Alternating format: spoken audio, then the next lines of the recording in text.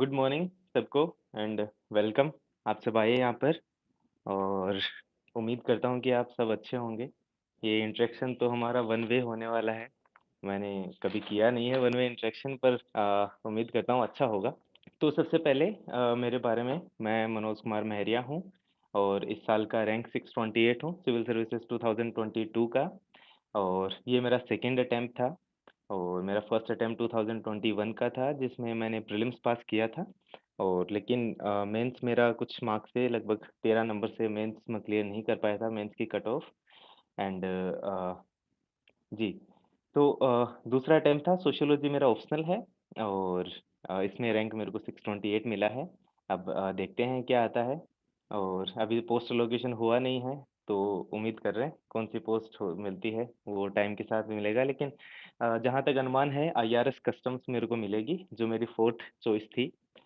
And अ, इसके साथ में और क्या बचा है, इस साल मैं वापस से अटेम्प्ट भी दे रहा हूँ 2023 का रैंक इम्प्रूवमेंट के लिए। तो मैंने प्रीलिम्स फिर से पास कर दिया है। तो मीन्स 3 प्रीलिम्स दिए मैंने, तीनों पास किए हैं और प्रीलिम्स मेरे अच्छे मार्जिन से पास होते हैं।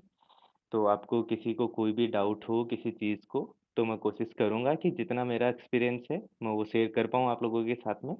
और एक चीज़ मैं पहले ज़रूर आपको बोलना चाहूँगा कि ये जो इंटरेक्शन हम अभी करने वाले हैं, इसमें जो चीज़ आप लोगों को अच्छी लगे, जो चीज़ आपको कंफर्टेबल लगे कि हाँ जो च मीन्स कोई भी स्ट्रैटेजी मेरी जो मैंने अडॉप्ट करी थी, वो आपको सुनकर कंफर्टेबल लगे, वो ही चीज़ अडॉप्ट करना।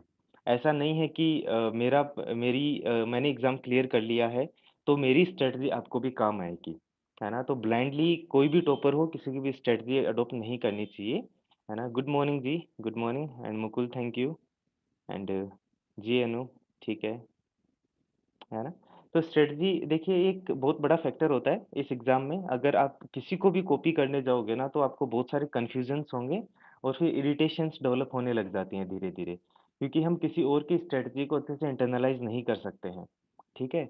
तो मैं जितना हो सकेगा मेरा एक्सपीरियंस जो भी था इस एग्ज़ाम के साथ में मैंने कोई कोचिंग वगैरह नहीं करी थी, तो बहुत सारी चीज़ें मैंने खुद ने ही एक्सप्लोर करी थी, तो वो चीज़ें मेबी आपको हेल्प करें। लेकिन वो ब्लाइंडली कोई भी चीज़ मैं आपसे रिक्वेस्ट करूँगा कि फ़ॉलो मत करिएगा। जो भी आपको बहुत कंफर्टेबल लगे, अच्छी लगे कि हाँ, ये चीज़ सही बोली है, वो अडॉप्ट करिएगा। क्योंकि सबका पर्सनैलिटीज़ अलग होती हैं, तो जो कम्फर्ट ज़ोन होता है, वो भी सबका अलग-अलग होता है ना? हुँ, बेसिक्स बुक्स तो नीतीश जी देखिए वो ही हैं। सबसे पहले तो आप एनसीईआरटी से शुरू करिए। 1 सेकंड है ना? तो आप एनसीईआरटी से शुरू करिए, एनसीईआरटी सारी नहीं पढ़नी होती हैं। जैसे एनसीईआरटी में आप हिस्ट्री की 6 से शुरू कर दीजिए, 6 से 12 तक की पढ़ लीजिए, है ना? उसमें आपको बहुत सारी चीज़ें मिल जाएँगी। मैंने खुद ने 6 से 10th तक की जो नई एनसीईआरटी थी वो करी थी। फिर जब मेरा एडवांस सिलेबस मुझे करना था हिस्ट्री का, तो मैंने एक तो जो मॉडर्न हिस्ट्री के लिए तो स्पेक्ट्रम की जो बुक आती है राजीव अहीर साहब की है सर शायद, है ना? वो करी थी, है ना? और मिडाइवल और एंशिएंट हिस्ट्री के लिए मैंने जो पुरानी एनसीईआरटी की बुक्स हैं, 2 ही बुक्स हैं, छोटी-छोटी बुक्स आती हैं लेकिन ठीक है, ठीक-ठाक बुक्स आती हैं, है ना? वो 2 बुक एनसीईआरटी की ही एंशिएंट और मिडाइवल के लिए की थी। तो इसके अलावा मैंने कोई एडवांस बुक उसके लिए एंशिएंट के लिए और मिडाइवल के लिए नहीं करी। साथ में आप ज्योग्राफ़ी एनसीईआरटी से पूरी हो जाएगी, है ना? आप 9th-10th की ज्योग्राफ़ी कर लीजिए, अगर आपकी ज्योग्राफ़ी कमज़ोर है तो। 11th की ज्योग्राफ़ी पर एक्सट्रीम फ़ोकस डालिएगा, 11th की ज्योग्राफ़ी बहुत कॉम्प्लिकेटेड है और वो सब कुछ क्लियर कर देती है, अगर आपने उसको समझ लिया तो, है ना? हाँ, ओल्ड एनसीईआरटी सिर्फ़ मैंने हिस्ट्री की करी थी। मैं देखिए संजय जी मेरा जो एक्सपीरियंस जो मैंने किया था, वो मैं आपको बता दूँगा, है ना? आप उसके बेसिस पे अगर आपको ठीक लगे तो आप देखिएगा, है ना? और 11th की हो गई एनसीईआरटी ज्योग्राफी की। अब 12th की भी एनसीईआरटी ज्योग्राफी की करनी पड़ेगी क्योंकि उसमें क्या बोलते हैं, जो ह्यूमन ज्योग्राफी है और इंडिया बेस्ड ज्योग्राफी है वो 12th में है। तो ज्योग्राफी की 9th, 10th, 11th, 12th sufficient है। इकोनॉमी की 9th, 10th की सफिशिएंट है। इकोनॉमिक में आपको एडवांस बुक भी करनी पड़ेगी साथ में। वो अब एडवांस बुक आप कोई भी ले लीजिए सब जो बताते हैं वो ही बुक्स हैं। उनमें कुछ कॉन्सेप्ट्स होंगे जो काम में आएँगे, बाकी इकोनॉमी में बेसिकली जो करंट अफेयर्स बेस्ड टॉपिक्स होते हैं ना, वो ही काम के रहते हैं, है ना? तो वो पुराने कॉन्सेप्ट्स नहीं पूछ रहे हैं। एक सेकंड आते हैं संजय जी पीवाईक्यूज़ पर भी, है ना? सिलेबस तो देखिए जो सिलेबस यूपीएससी ने प्रोवाइड करा रखा है उसको पढ़िए, एनालाइज़ करिए, है ना? पहले बुक्स डिस्कस कर लेते हैं मेरे ओपिनियन में, है ना? तमिलनाडु एनसीईआरटी भी बहुत लोग प्रेफ़र करते हैं, वो भी कर लीजिए कोई इश्यू नहीं है। लेकिन आप कोई एनसीईआरटी पुरानी वाली कोई सी भी प्रेफ़र कर लीजिए, अच्छी इन्फॉर्मेशन डिटेल इन्फॉर्मेशन उनमें प्रोवाइड कराई गई है, स्पेसिफ़िकली हिस्ट्री के बारे में। तो ज्योग्राफी, हिस्ट्री, इकोनॉमी हो गया, इकोनॉमी में 9th-10th की करनी होती है, बाद में वो एडवांस बुक में आपको चीज़ें मिलेंगी, वो ही करनी होंगी, है ना? एडवांस बुक आप मेरे को राइटर का नाम तो नहीं याद है एडवांस बुक का, लेकिन जो बेसिक बुक्स बताते हैं वही होती है या फिर किसी कोचिंग का करंट जो भी नोट्स होते हैं, वो आप कर सकते हो। फिर इसके अलावा कौन-सा पॉलिटी के लिए आप एक तो 9th-10th की स्लाइटली पढ़ो तो पढ़ लो, एक 11th की पॉलिटी की बुक ज़रूर पढ़ना, उसमें कॉन्स्टिट्यूशन को बहुत डिटेल में एनालाइज़ किया गया है ना? तो वो आप 11th की बुक बहुत इम्पोर्टेंट होगी। फिर साथ में 12th की पॉलिटी की मेरे को याद नहीं है कि मैंने पढ़ी थी, क्योंकि मैंने जब पढ़ी थी तो मैंने साथ में सबके नोट्स बनाए थे, उसके बाद में मैंने कभी बुक्स को वापस नहीं खोला, मैं नोट्स पे ही रिलाई करता हूँ। लेकिन पॉलिटी के लिए लक्ष्मीकांत जो सबसे इम्पोर्टेंट बुक है उसको बहुत अच्छे से आपको समझना पड़ेगा और अंडरस्टैंडिंग के साथ में पढ़ाई करिए। सिर्फ़ रटने के लिए इस बुक एग्ज़ाम में कुछ नहीं होगा आपके लिए, है ना? तो अंडरस्टैंडिंग के साथ में पढ़ाई करिएगा, तो वो चीज़ें इंटरनलाइज़ होंगी क्योंकि हमें सिर्फ़ एक अटेम्प्ट के बारे में नहीं सोचना है। हो सकता है आपको 3, 4, 5 अटेम्प्ट भी देने पड़ें, तो बार-बार हम वो रट नहीं सकते और बुक को वापस नहीं पढ़ सकते। तो अंडरस्टैंडिंग के साथ नोट्स बनाइएगा, वो काम आएँगे। साइंस सर करंट अफ़ेयर्स के बेसिस जो भी साइंस है, जैसे अभी चंद्रयान-3 लॉन्च होने वाला है, तो आप इस फॉर एग्ज़ाम्पल ये करंट अफ़ेयर्स का इश्यू हो गया, तो ऑर्बिट्स कौन-कौन से होते हैं, कौन-सा रॉकेट यूज़ किया गया है, चंद्रयान से हमें क्या-क्या मीन्स इसरो क्या-क्या वहाँ रिसर्च करने की जो एक्सपेक्टेशंस हैं हमारी, उनसे क्या-क्या इंडियन इकोनॉमी को, इंडियन सोसाइटी को फ़ायदा होगा और ग्लोबली उसका क्या फ़ायदा होगा। जैसे चंद्रयान 1 जो था, वो पहला ऐसा ह्यूमन मिशन था मून के लिए जिसने वाटर वेपर जो मून के एटमॉस्फेयर में कन्फर्म करी थी कि हाँ, वाटर वेपर है ही, है ना? तो वो एक पूरी ह्यूमन सोसाइटी को इम्पैक्ट कर रहा था, तो ऐसे ही जो मिशंस हैं साइंटिफिक वो ही काम आते हैं, कोई ज़्यादा वो बेसिक साइंस आप पढ़ना चाहो तो 9th-10th की साइंस पढ़ लो। जैसे लास्ट ईयर ज़रूर मेंस में एक क्वेश्चन आ गया था कोई डिग्रेडेशन के ऊपर, है ना? तो आप पढ़ना चाहो तो पढ़ लो लेकिन वो टाइम एंड जो कॉस्ट अपन एनालिसिस करें उसका जितना टाइम उसमें लगता है, मेरे को तो वो सूटेबल नहीं लगता है। एनवायरनमेंट के लिए सर आप कोचिंग्स के नोट्स आते हैं, एक शंकर आईएएस की बुक आती है, लेकिन वो बुक बहुत लेंथी है और मीन्स उसको पढ़ने में जितना टाइम जाएगा उतना उस बुक में से आते नहीं हैं। लेकिन स्टैंडर्ड बुक्स में वो ही बचती हैं फिर। तो एक बार आप आँखों में से निकाल लीजिए किसी कोचिंग के नोट्स या फिर शंकर आईएएस, है ना? ज़्यादा ध्यान मत दीजिएगा, है ना? उसमें से जो भी इम्पोर्टेंट आपको लगे, वो मेरा संजय जी दूसरा अटेम्प्ट था, अब तीसरा अटेम्प्ट चल रहा है। तो उसको आँखों में से एक बार निकाल लीजिए, उसमें जो इम्पोर्टेंट टॉपिक्स हैं, है ना? जैसे इकोटोन क्या होता है ना? ये चीज़ें हमें समझनी पड़ेंगी, है ना? और बायोमास कैसे डिस्ट्रीब्यूट होता है, एनर्जी कैसे डिस्ट्रीब्यूट होती है, बहुत कम उस बुक में से मैटर मिलेगा जो आपके काम आने वाला होगा, तो शंकर आईएएस में से वो निकाल लीजिएगा। यही आर्ट एंड कल्चर की जो सॉरी शायद वो art and culture Nitin Singhania sir की जो बुक है ना?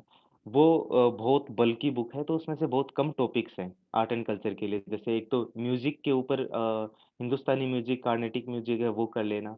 पेंटिंग्स के ऊपर है, वो कर लीजिएगा और और उसमें क्या होता है टेम्पल आर्किटेक्चर के ऊपर जो टॉपिक है उस बुक में, वो कर लीजिएगा।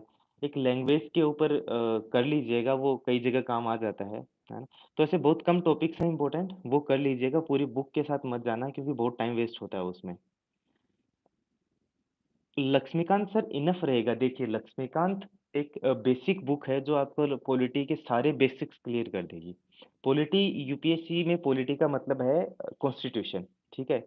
और लक्ष्मीकांत शुरू से लास्ट तक कॉन्स्टिट्यूशन को एलाबोरेट करने वाली बुक है। तो लक्ष्मीकांत आप पढ़ोगे तो उसमें कॉन्सेप्ट सारे आपके क्लियर हो जाएँगे। उसके बाद में जो भी डेली चीज़ें चल रही होती हैं, जैसे कहीं हॉर्स ट्रेडिंग हो रही है ना? डिफेक्शन हो रहा है ना? अब यूनिफ़ॉर्म सिविल कोड की बात चल रही है, तो इन टॉपिक्स को आपको डिटेल में एनालाइज़ करना पड़ेगा और जो उनकी प्रोस, कॉन्स जो भी हैं, उनको कॉन्स्टिट्यूशन के बेसिस पे जो लक्ष्मीकांत में आपने पढ़ा है, उससे कनेक्ट करके जो भी आंसर्स होंगे, वो आंसर बनाने पड़ेंगे। तो लक्ष्मीकांत पढ़िए अच्छे से थोरोली, उसके बाद में जो भी करंट अफ़ेयर्स में टॉपिक चल रहे हों, उनकी कॉन्स्टिट्यूशनल रेलेवेंस क्या है और फिर पॉलिटिकल जो अभी प्रैक्टिकलिटीज़ क्या हैं, उन पर काम करना पड़ेगा। यही है। लक्ष्मीकांत सफिशिएंट है और लक्ष्मीकांत ही काम आएगी। बाकी करंट अफ़ेयर्स में जो भी चल रहा हो, उसको एनालाइज़ करते जाइए। सर मैथ्स जैसा इस बार का सीसेट का पेपर आया है, मैथ्स भी ज़रूरी है और आपकी रीज़निंग भी ज़रूरी है। साथ में जो कॉम्प्रिहेंसिव का सेक्शन होता है जो इंग्लिश के पैराग्राफ्स वग़ैरह आते हैं क उसमें सीसेट के पेपर में, उन पर भी काम करिएगा। सर बीटेक अनन्या जी बीटेक के साथ में इसकी तैयारी करनी चाहिए कि नहीं करनी चाहिए, वो तो आपका बीटेक मैंने की नहीं है। मैंने तो ग्रेजुएशन ह्यूमैनिटीज़ से करी है, वो भी मैंने नॉन कॉलेजिएट स्टूडेंट के तरीके से करी, मतलब कॉलेज नहीं जाना।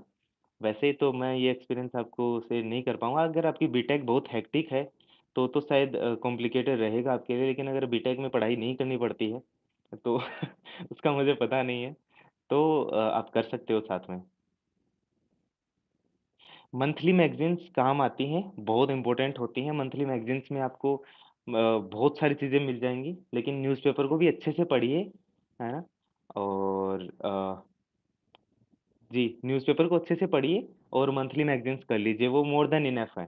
इसके अलावा तो आप देखिए हद से ज़्यादा रिसोर्सेज़ पड़े हैं, तो आप कितना भी कर सकते हो, उसमें कुछ नहीं है। चलिए पहले एक बार कमेंट्स को रोककर जैसा मुझे फ़ॉर्मेट मिला है, उसके बारे में बात कर लेते हैं। मेरी जर्नी कैसी रही है? मेरी जर्नी बेसिकली मीन्स यूपीएससी की जो भी जर्नी है, यूपीएससी से पहले मेरी स्कूलिंग 2015 में कंप्लीट हो चुकी है। 2015 में मेरी 12th हुई थी और उस टाइम मैं क्रिकेट खेलता था एज़ ए प्रोफ़ेशन और मैं प्रोफ़ेशनल क्रिकेट प्लेयर था। तो मैंने बाद में 12th के बाद में पढ़ाई छोड़ दी थी क्योंकि मुझे cricket as a career pursue करना था। तो और मैं नेशनल प्लेयर रहा हूँ। तो उस टाइम में मैं प्रोफ़ेशनल क्रिकेट खेल रहा था, मैंने डिस्ट्रिक्ट के लिए, स्टेट के लिए ऐसे। फिर 2015 में मैंने पढ़ाई छोड़ दी 12th के बाद में तो फिर 2015, 16, 17 और 18, है ना? 2015 के बाद में लगभग 3 साढ़े 3 साल मैंने कोई पढ़ाई नहीं करी है। फिर 2000 उस टाइम मीन्स मैं खेल ही रहा था और वहीं मेरा पूरा फ़ोकस था, है ना?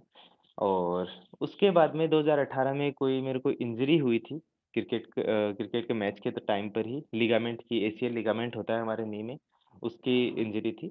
तो मुझे क्रिकेट वापस छोड़ना पड़ा था एंड बाद में मैंने सोचा कि अब क्या करें? क्योंकि पढ़ाई छोड़ दी थी क्रिकेट के लिए और अब क्रिकेट भी छूटने वाला था। तो फिर मैंने पढ़ाई की तरफ बाद में कोई और ऑप्शंस नहीं बचता है, तो बेसिकली फैमिली मिडल क्लास है और ऐसे तो कोई मीन्स स्पेसिफिकली फाइनेंशियल इश्यूज़ ज़्यादा नहीं थे, लेकिन ठीक है मिडल क्लास फैमिली है तो कुछ ना कुछ तो करना ही था। तो फिर पढ़ने का वापस मैंने सोचा था। जी, अभी करंट अफ़ेयर्स पर आते हैं थोड़ा टाइम दीजिए फिर है ना? फिर दी तो फिर मैंने पढ़ाई का वापस से सोचा कि चलिए वापस से स्टार्ट करते हैं ताकि कोई नौकरी वग़ैरह मिल जाए, करियर स्टेबलिश हो जाए, है ना? तो फिर वापस से पढ़ाई शुरू करी, कॉम्पिटिटिव एग्ज़ाम्स की तैयारी चालू करी, 2018 में फिर कॉलेज वापस से चालू करी क्योंकि कॉलेज मैंने की नहीं थी ग्रेजुएशन। और उसके साथ में कॉम्पिटिटिव एग्ज़ाम्स कुछ पढ़ाई करी मैंने और ये जो जैसे कांस्टेबल वगैरह की सी ग्रुप की होती हैं एग्ज़ाम्स इनको लेकर ही। तो फिर 2018 लास्ट में स्टार्ट करी और बाय 2019 एंड तक मैं 3 नौकरी लग गया था, है ना? Government services. वो उस टाइम पहले लगता था कि क्योंकि जैसा हमारी सोसाइटी में हो बोला है कि गवर्नमेंट नौकरी लगना तो हद से ज़्यादा मुश्किल है ना? लेकिन इतना मुश्किल भी नहीं रहा, है ना? अगर आप डेडिकेशन के साथ पढ़ाई करोगे, तो चीज़ें आसान हो जाती हैं और तो वो ही रहा। मेरे को 2019 दिसंबर तक 3 नौकरियाँ गवर्नमेंट सर्विस में मिली। एक को एसएससी जीडी में थी, वो कांस्टेबल की पोस्ट थी और एक डीआरडीओ में एग्ज़ीक्यूटिव ऑफ़िसर की थी और एक सीबीएसई में जूनियर क्लर्क की पोस्ट थी, वो मिली। लेकिन वो नौकरियाँ मिली लेकिन वो एक सेंस ऑफ सैटिस्फैक्शन कभी फ़ील नहीं कर पाया मैं उन जॉब्स के साथ में। वो जॉब मैंने जॉइन नहीं करी थी, वो जब मिली थी उसी टाइम की बातें हैं। तो वो एक सेल्फ सैटिस्फैक्शन जो होता है वो फ़ील नहीं कर पाया था मैं कि कि मीन्स पहले ये था कि मैं इंडिया खेलूँगा, सपना बड़ा सारा ले रखा था, लेकिन अब यहाँ आकर ये सी ग्रुप की नौकरियों पे आकर लटक रहा था। लेकिन वो ठीक है, वो एक स्टेबिलिटी ज़रूर मिली मुझे उनसे कि ठीक है, हम नौकरी तो लग रहे हैं, है ना? फिर सोचा कि चलो अब कुछ अच्छा करते हैं और नौकरी लगना इतना मुश्किल भी नहीं है जितना बताया जाता है कि गवर्नमेंट सर्विस तो है ही नहीं, मिलती ही नहीं है, इतना कॉम्पिटिशन है, ये है, वो है। तो फिर मैंने उस टाइम मेरे सेकंड ईयर के एग्ज़ाम शुरू होने वाले थे अर्ली 2020 में और उस टाइम मैंने फिर डिसाइड किया कि यूपीएससी के बद देखते हैं कि अब सबसे अच्छा यूपीएससी बचता है ना? तो यूपीएससी के बारे में सोचना चालू किया, साथ में वो कॉलेज के सेकंड ईयर के एग्ज़ाम भी दिए मैंने। ये ऐसे-ऐसे करते हुए मार्च 2020 कंप्लीट हो गया, फिर लॉकडाउन लग गया था मार्च के अंदर। फिर थोड़ा टाइम लगा समझने में कि क्या फ़ॉर्मेट रहता है, कैसे पेपर्स रहते हैं, कैसे एग्ज़ाम कंडक्ट होता है, क्या एग्ज़ाम की एक्सपेक्टेशंस हैं, है ना?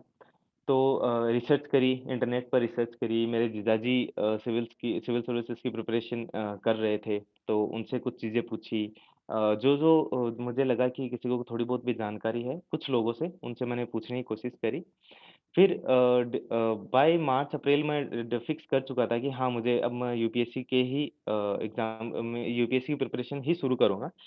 फिर मैंने एनसीईआरटी ऑनलाइन ऑर्डर कर लिए थे क्योंकि उस टाइम लॉकडाउन लग चुका था, तो ऑनलाइन एनसीईआरटी आ गई। एनसीईआरटी मैंने मार्च अप्रैल में एनसीईआरटी चालू करी और मुझे एनसीईआरटी में बहुत टाइम लगा, क्योंकि मैं बहुत समझ-समझ कर पढ़ने की कोशिश कर रहा था। मेरे को ये था कि कहीं कुछ छूटना नहीं चाहिए, है ना? और वो रटना और सिंपल रीडिंग से भी चीज़ें वर्कआउट नहीं होती हैं, करती हैं। तो मैंने समझ-समझ कर पढ़ना चालू किया और फिर एनसीईआरटी में मेरे को लगभग 3 साढ़े 3 महीने लग गए थे, है ना? जून तक मेरी एनसीईआरटी कंप्लीट हुई।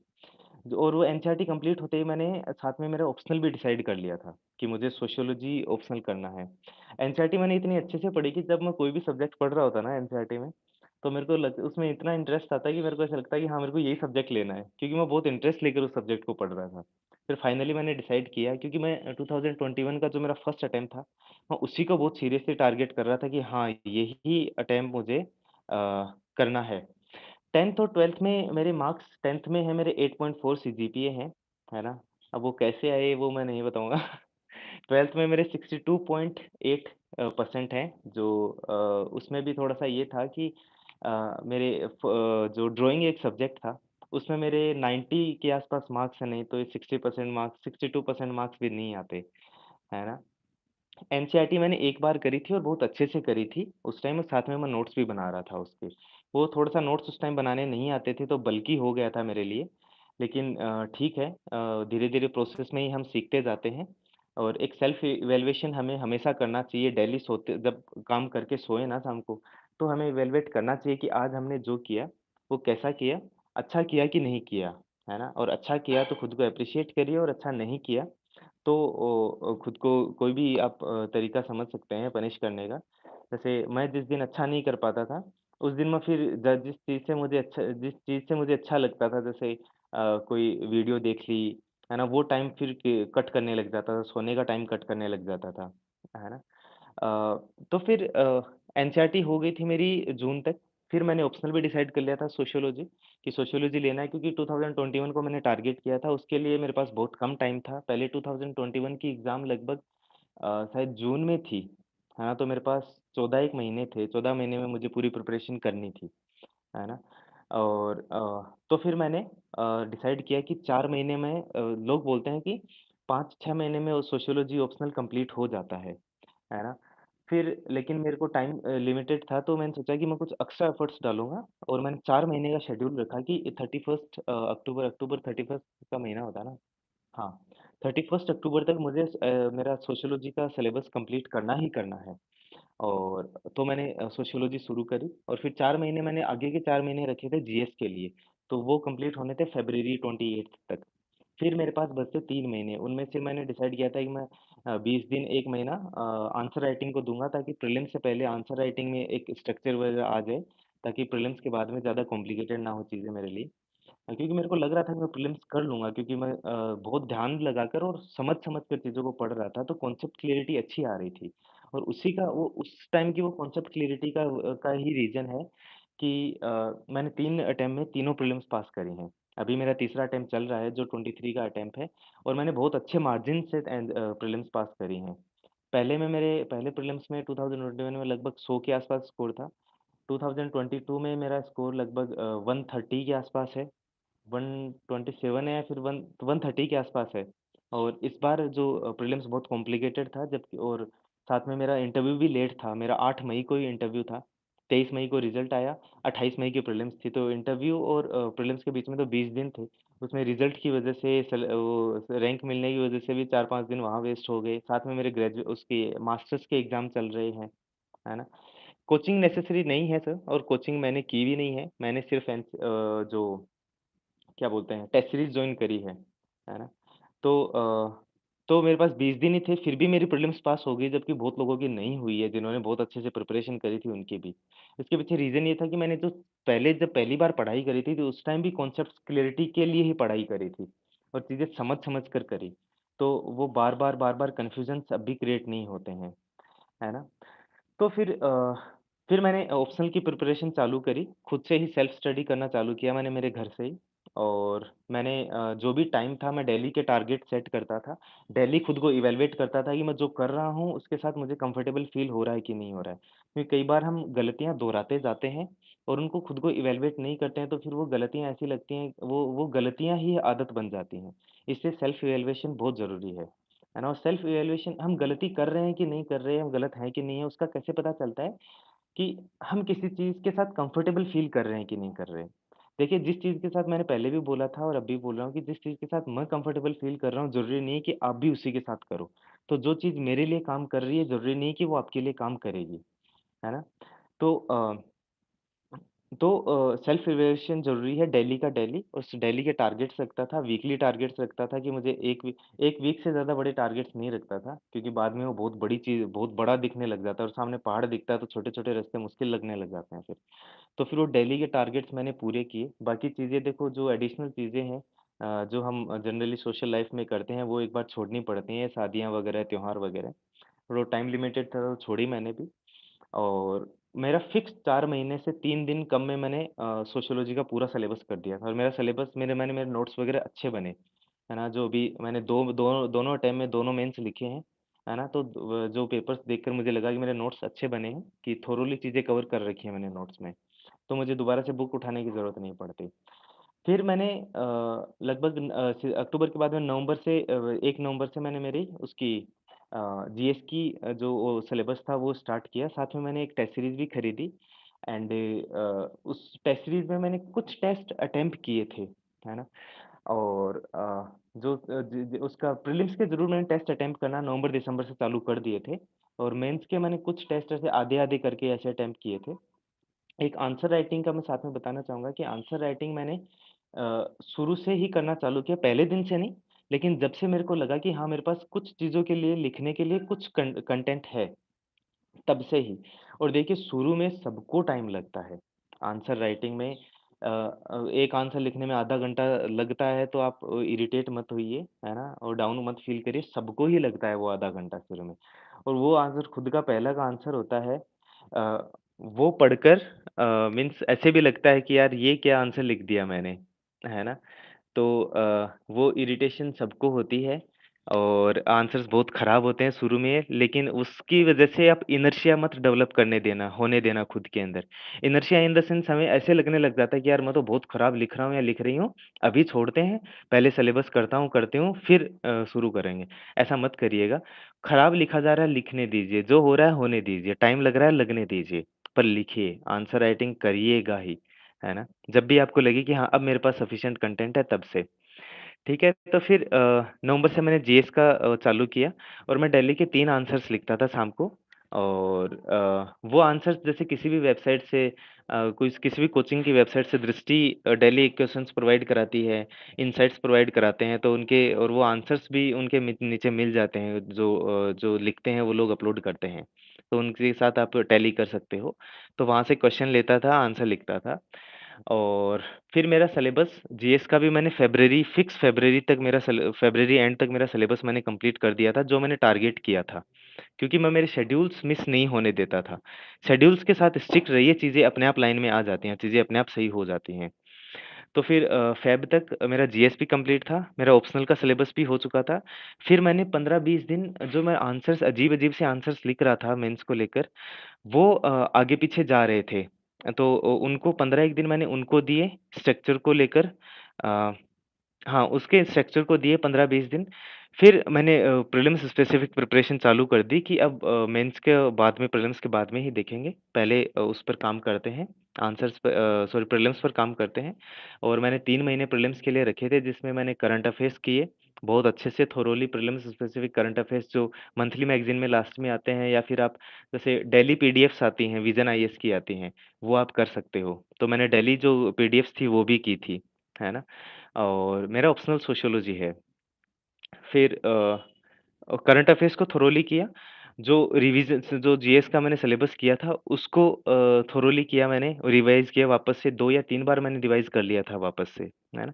और पहले ऑप्शनल फिर जीएस मैंने क्यों किया था क्योंकि पहले जीएस जैसे ही मेरा सिलेबस खत्म होना था, उस टाइम फिर प्रीलिम्स नज़दीक ही थी। तो मैंने सोचा पहले जीएस करेंगे फिर ऑप्शनल करेंगे तो प्रीलिम्स के जस्ट पास में जीएस की रिकॉल वैल्यू नहीं रहती है। तो मैंने इसलिए जीएस का बाद में किया था कि सिलेबस मेरा प्रीलिम्स के पास में ही हो, तो वो अच्छा रिकॉल करने के लिए अच्छा हो, है ना? फिर उसके बाद में मैंने क पेपर्स लगाना चालू किए।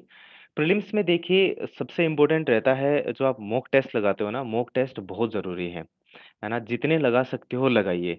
लेकिन सिर्फ़ मॉक टेस्ट का जो क्वांटिटी है वो ही इम्पोर्टेंट नहीं है कि आपने बहुत सारे मॉक टेस्ट लगा दिए। बहुत ज़रूरी है कि बहुत सारे लगाओ जितने लगा सकते हो उतना। लेकिन मॉक टेस्ट का सबसे इम्पोर्टेंट चीज़ क्या है कि मॉक टेस्ट लगाने के बाद में उसका एनालिसिस करना, है ना? कि कि जो क्वेश्चन आप हर एक क्वेश्चन का एनालाइज़ करिए, 100 क्वेश्चन होते हैं, हर एक क्वेश्चन का एनालाइज़ करिए कि मेरा कोई क्वेश्चन सही हुआ है, तो वो सही क्यों हुआ? और उस टाइम जब मैं क्वेश्चन अटेम्प्ट कर रहा था या कर रही थी, उस टाइम मेरी अप्रोच सही थी कि नहीं थी? कई बार क्या है तुक्के भी लगते हैं ना और देखिए तुक्के बहुत होते हैं। 50, 55, 60 क्वेश्चन से ज़्यादा किसी को नहीं आते हैं इस एग्ज़ाम में, है ना? तो उसको क्वेश्चन को एनालाइज़ करिए, उसके जो एक्सप्लेनेशंस आपको मिलते हैं कोचिंग्स की तरफ से, वो एक्सप्लेनेशन पढ़िए और फिर सोचिए कि जब मैं क्वेश्चन अटेम्प्ट कर रहा था, तो ये जो चीज़ें एक्सप्लेनेशन में हैं, जो उसका आंसर है क्वेश्चन का, वो मेरे दिमाग में रिकॉल हो रहा था कि नहीं हो रहा था, है ना? इससे पता है क्या होगा? इससे होगा कि हमारे दिमाग को चलने की आदत पड़ती है। बहुत बार क्या होता है कि हम क्वेश्चन का जो एक्सप्लेनेशन दिया हुआ होता है, उसको पढ़कर तो छोड़ देते हैं, है ना? लेकिन उसको एनालाइज़ नहीं करते हैं, तो हमारा दिमाग को चलने की आदत नहीं होती और जब हम ये करेंगे ना कि भई हम जब क्वेश्चन अटेम्प्ट कर रहा था, तो मेरा दिमाग सही जगह था कि नहीं था, मीन्स जो कंटेंट उसका आंसर है, वो चीज़ें ही मेरे दिमाग में चल रही थी कि नहीं चल रही थी।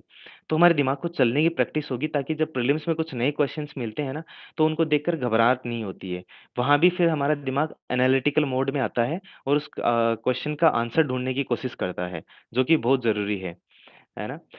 तो और जो क्वेश्चन गलत हुए, वो क्वेश्चन क्यों गलत हुए थे? आपने कहाँ गलती करी? आपने क्वेश्चन जब आप अप्रोच कर रहे थे, उस टाइम आप कहाँ मिस कर गए? आप किसी क्वेश्चन को अंडरस्टैंड करने में गलती करी या फिर आपकी फैक्चुअल कंटेंट में कमी थी, क्या था? वो चीज़ें एनालाइज़ करिए और जो एक्सप्लेनेशन आपको मिला है, उसके साथ टैली करिए और एक्सप्लेनेशन को पढ़िए, है ना? ऐसे पूरा पेपर एनालाइज़ करना है। ऐसा नहीं कि और बहुत सारे लोग मैंने देखा है कि ऐसे करते हैं होता है हो सकता है कि उनके लिए वो स्ट्रैटेजी काम कर रही हो कि जो क्वेश्चन गलत हुए हैं, वो क्वेश्चन का एक्सप्लेनेशंस देख लेते हैं। नहीं, सही क्वेश्चन का एक्सप्लेनेशन देखना भी ज़रूरी है, क्योंकि इस पे इनके पेपर्स में यू सिविल सर्विसेज़ के प्री में आपके क्वेश्चन बहुत सारे क्वेश्चन तुक्के से भी सही होते हैं या फिर कोई क्वेश्चन आपको पार्शियली आ रहा होता है, वो भी आपको सही करने होते हैं, तो वो भी बहुत बार तुक्के से सही होते हैं। तो सही क्यों हुए हैं, वो भी आपको एनालाइज़ करना बहुत ज़रूरी है। नहीं, मैंने कोचिंग नहीं करी थी सर, है ना? और क्या बचा? फिर प्रीलिम्स के मैंने लगभग खूब सारे टेस्ट लगाए, 60-70 टेस्ट लगाए थे क्योंकि मेरे पास सफिशिएंट टाइम था और मैं एक अच्छी इंटेंसिटी के साथ पढ़ रहा था, है ना? तो अरे क्या है पेपर जब हम मॉक टेस्ट अच्छे से लगा लेते हैं ना और कंटिन्यूअसली हम मॉक टेस्ट में अच्छा स्कोर करने लग जाते हैं लास्ट तक, तो फिर पेपर एंग्ज़ायटी कम हो जाती है ना? पेपर में बै एग्ज़ाम में बैठकर जो एंग्ज़ायटी डेवलप होती है ना कि मेरे को तो कुछ नहीं आता। देखो पेपर से पहले सबको लगता है कि कुछ नहीं आता है ना? लेकिन जब पेपर क्वेश्चन सामने आएगा ना, तो खुद को काम रखिए, अपने आप चीज़ें आपके दिमाग में वापस आ जाएँगी जो आपने पढ़ा है।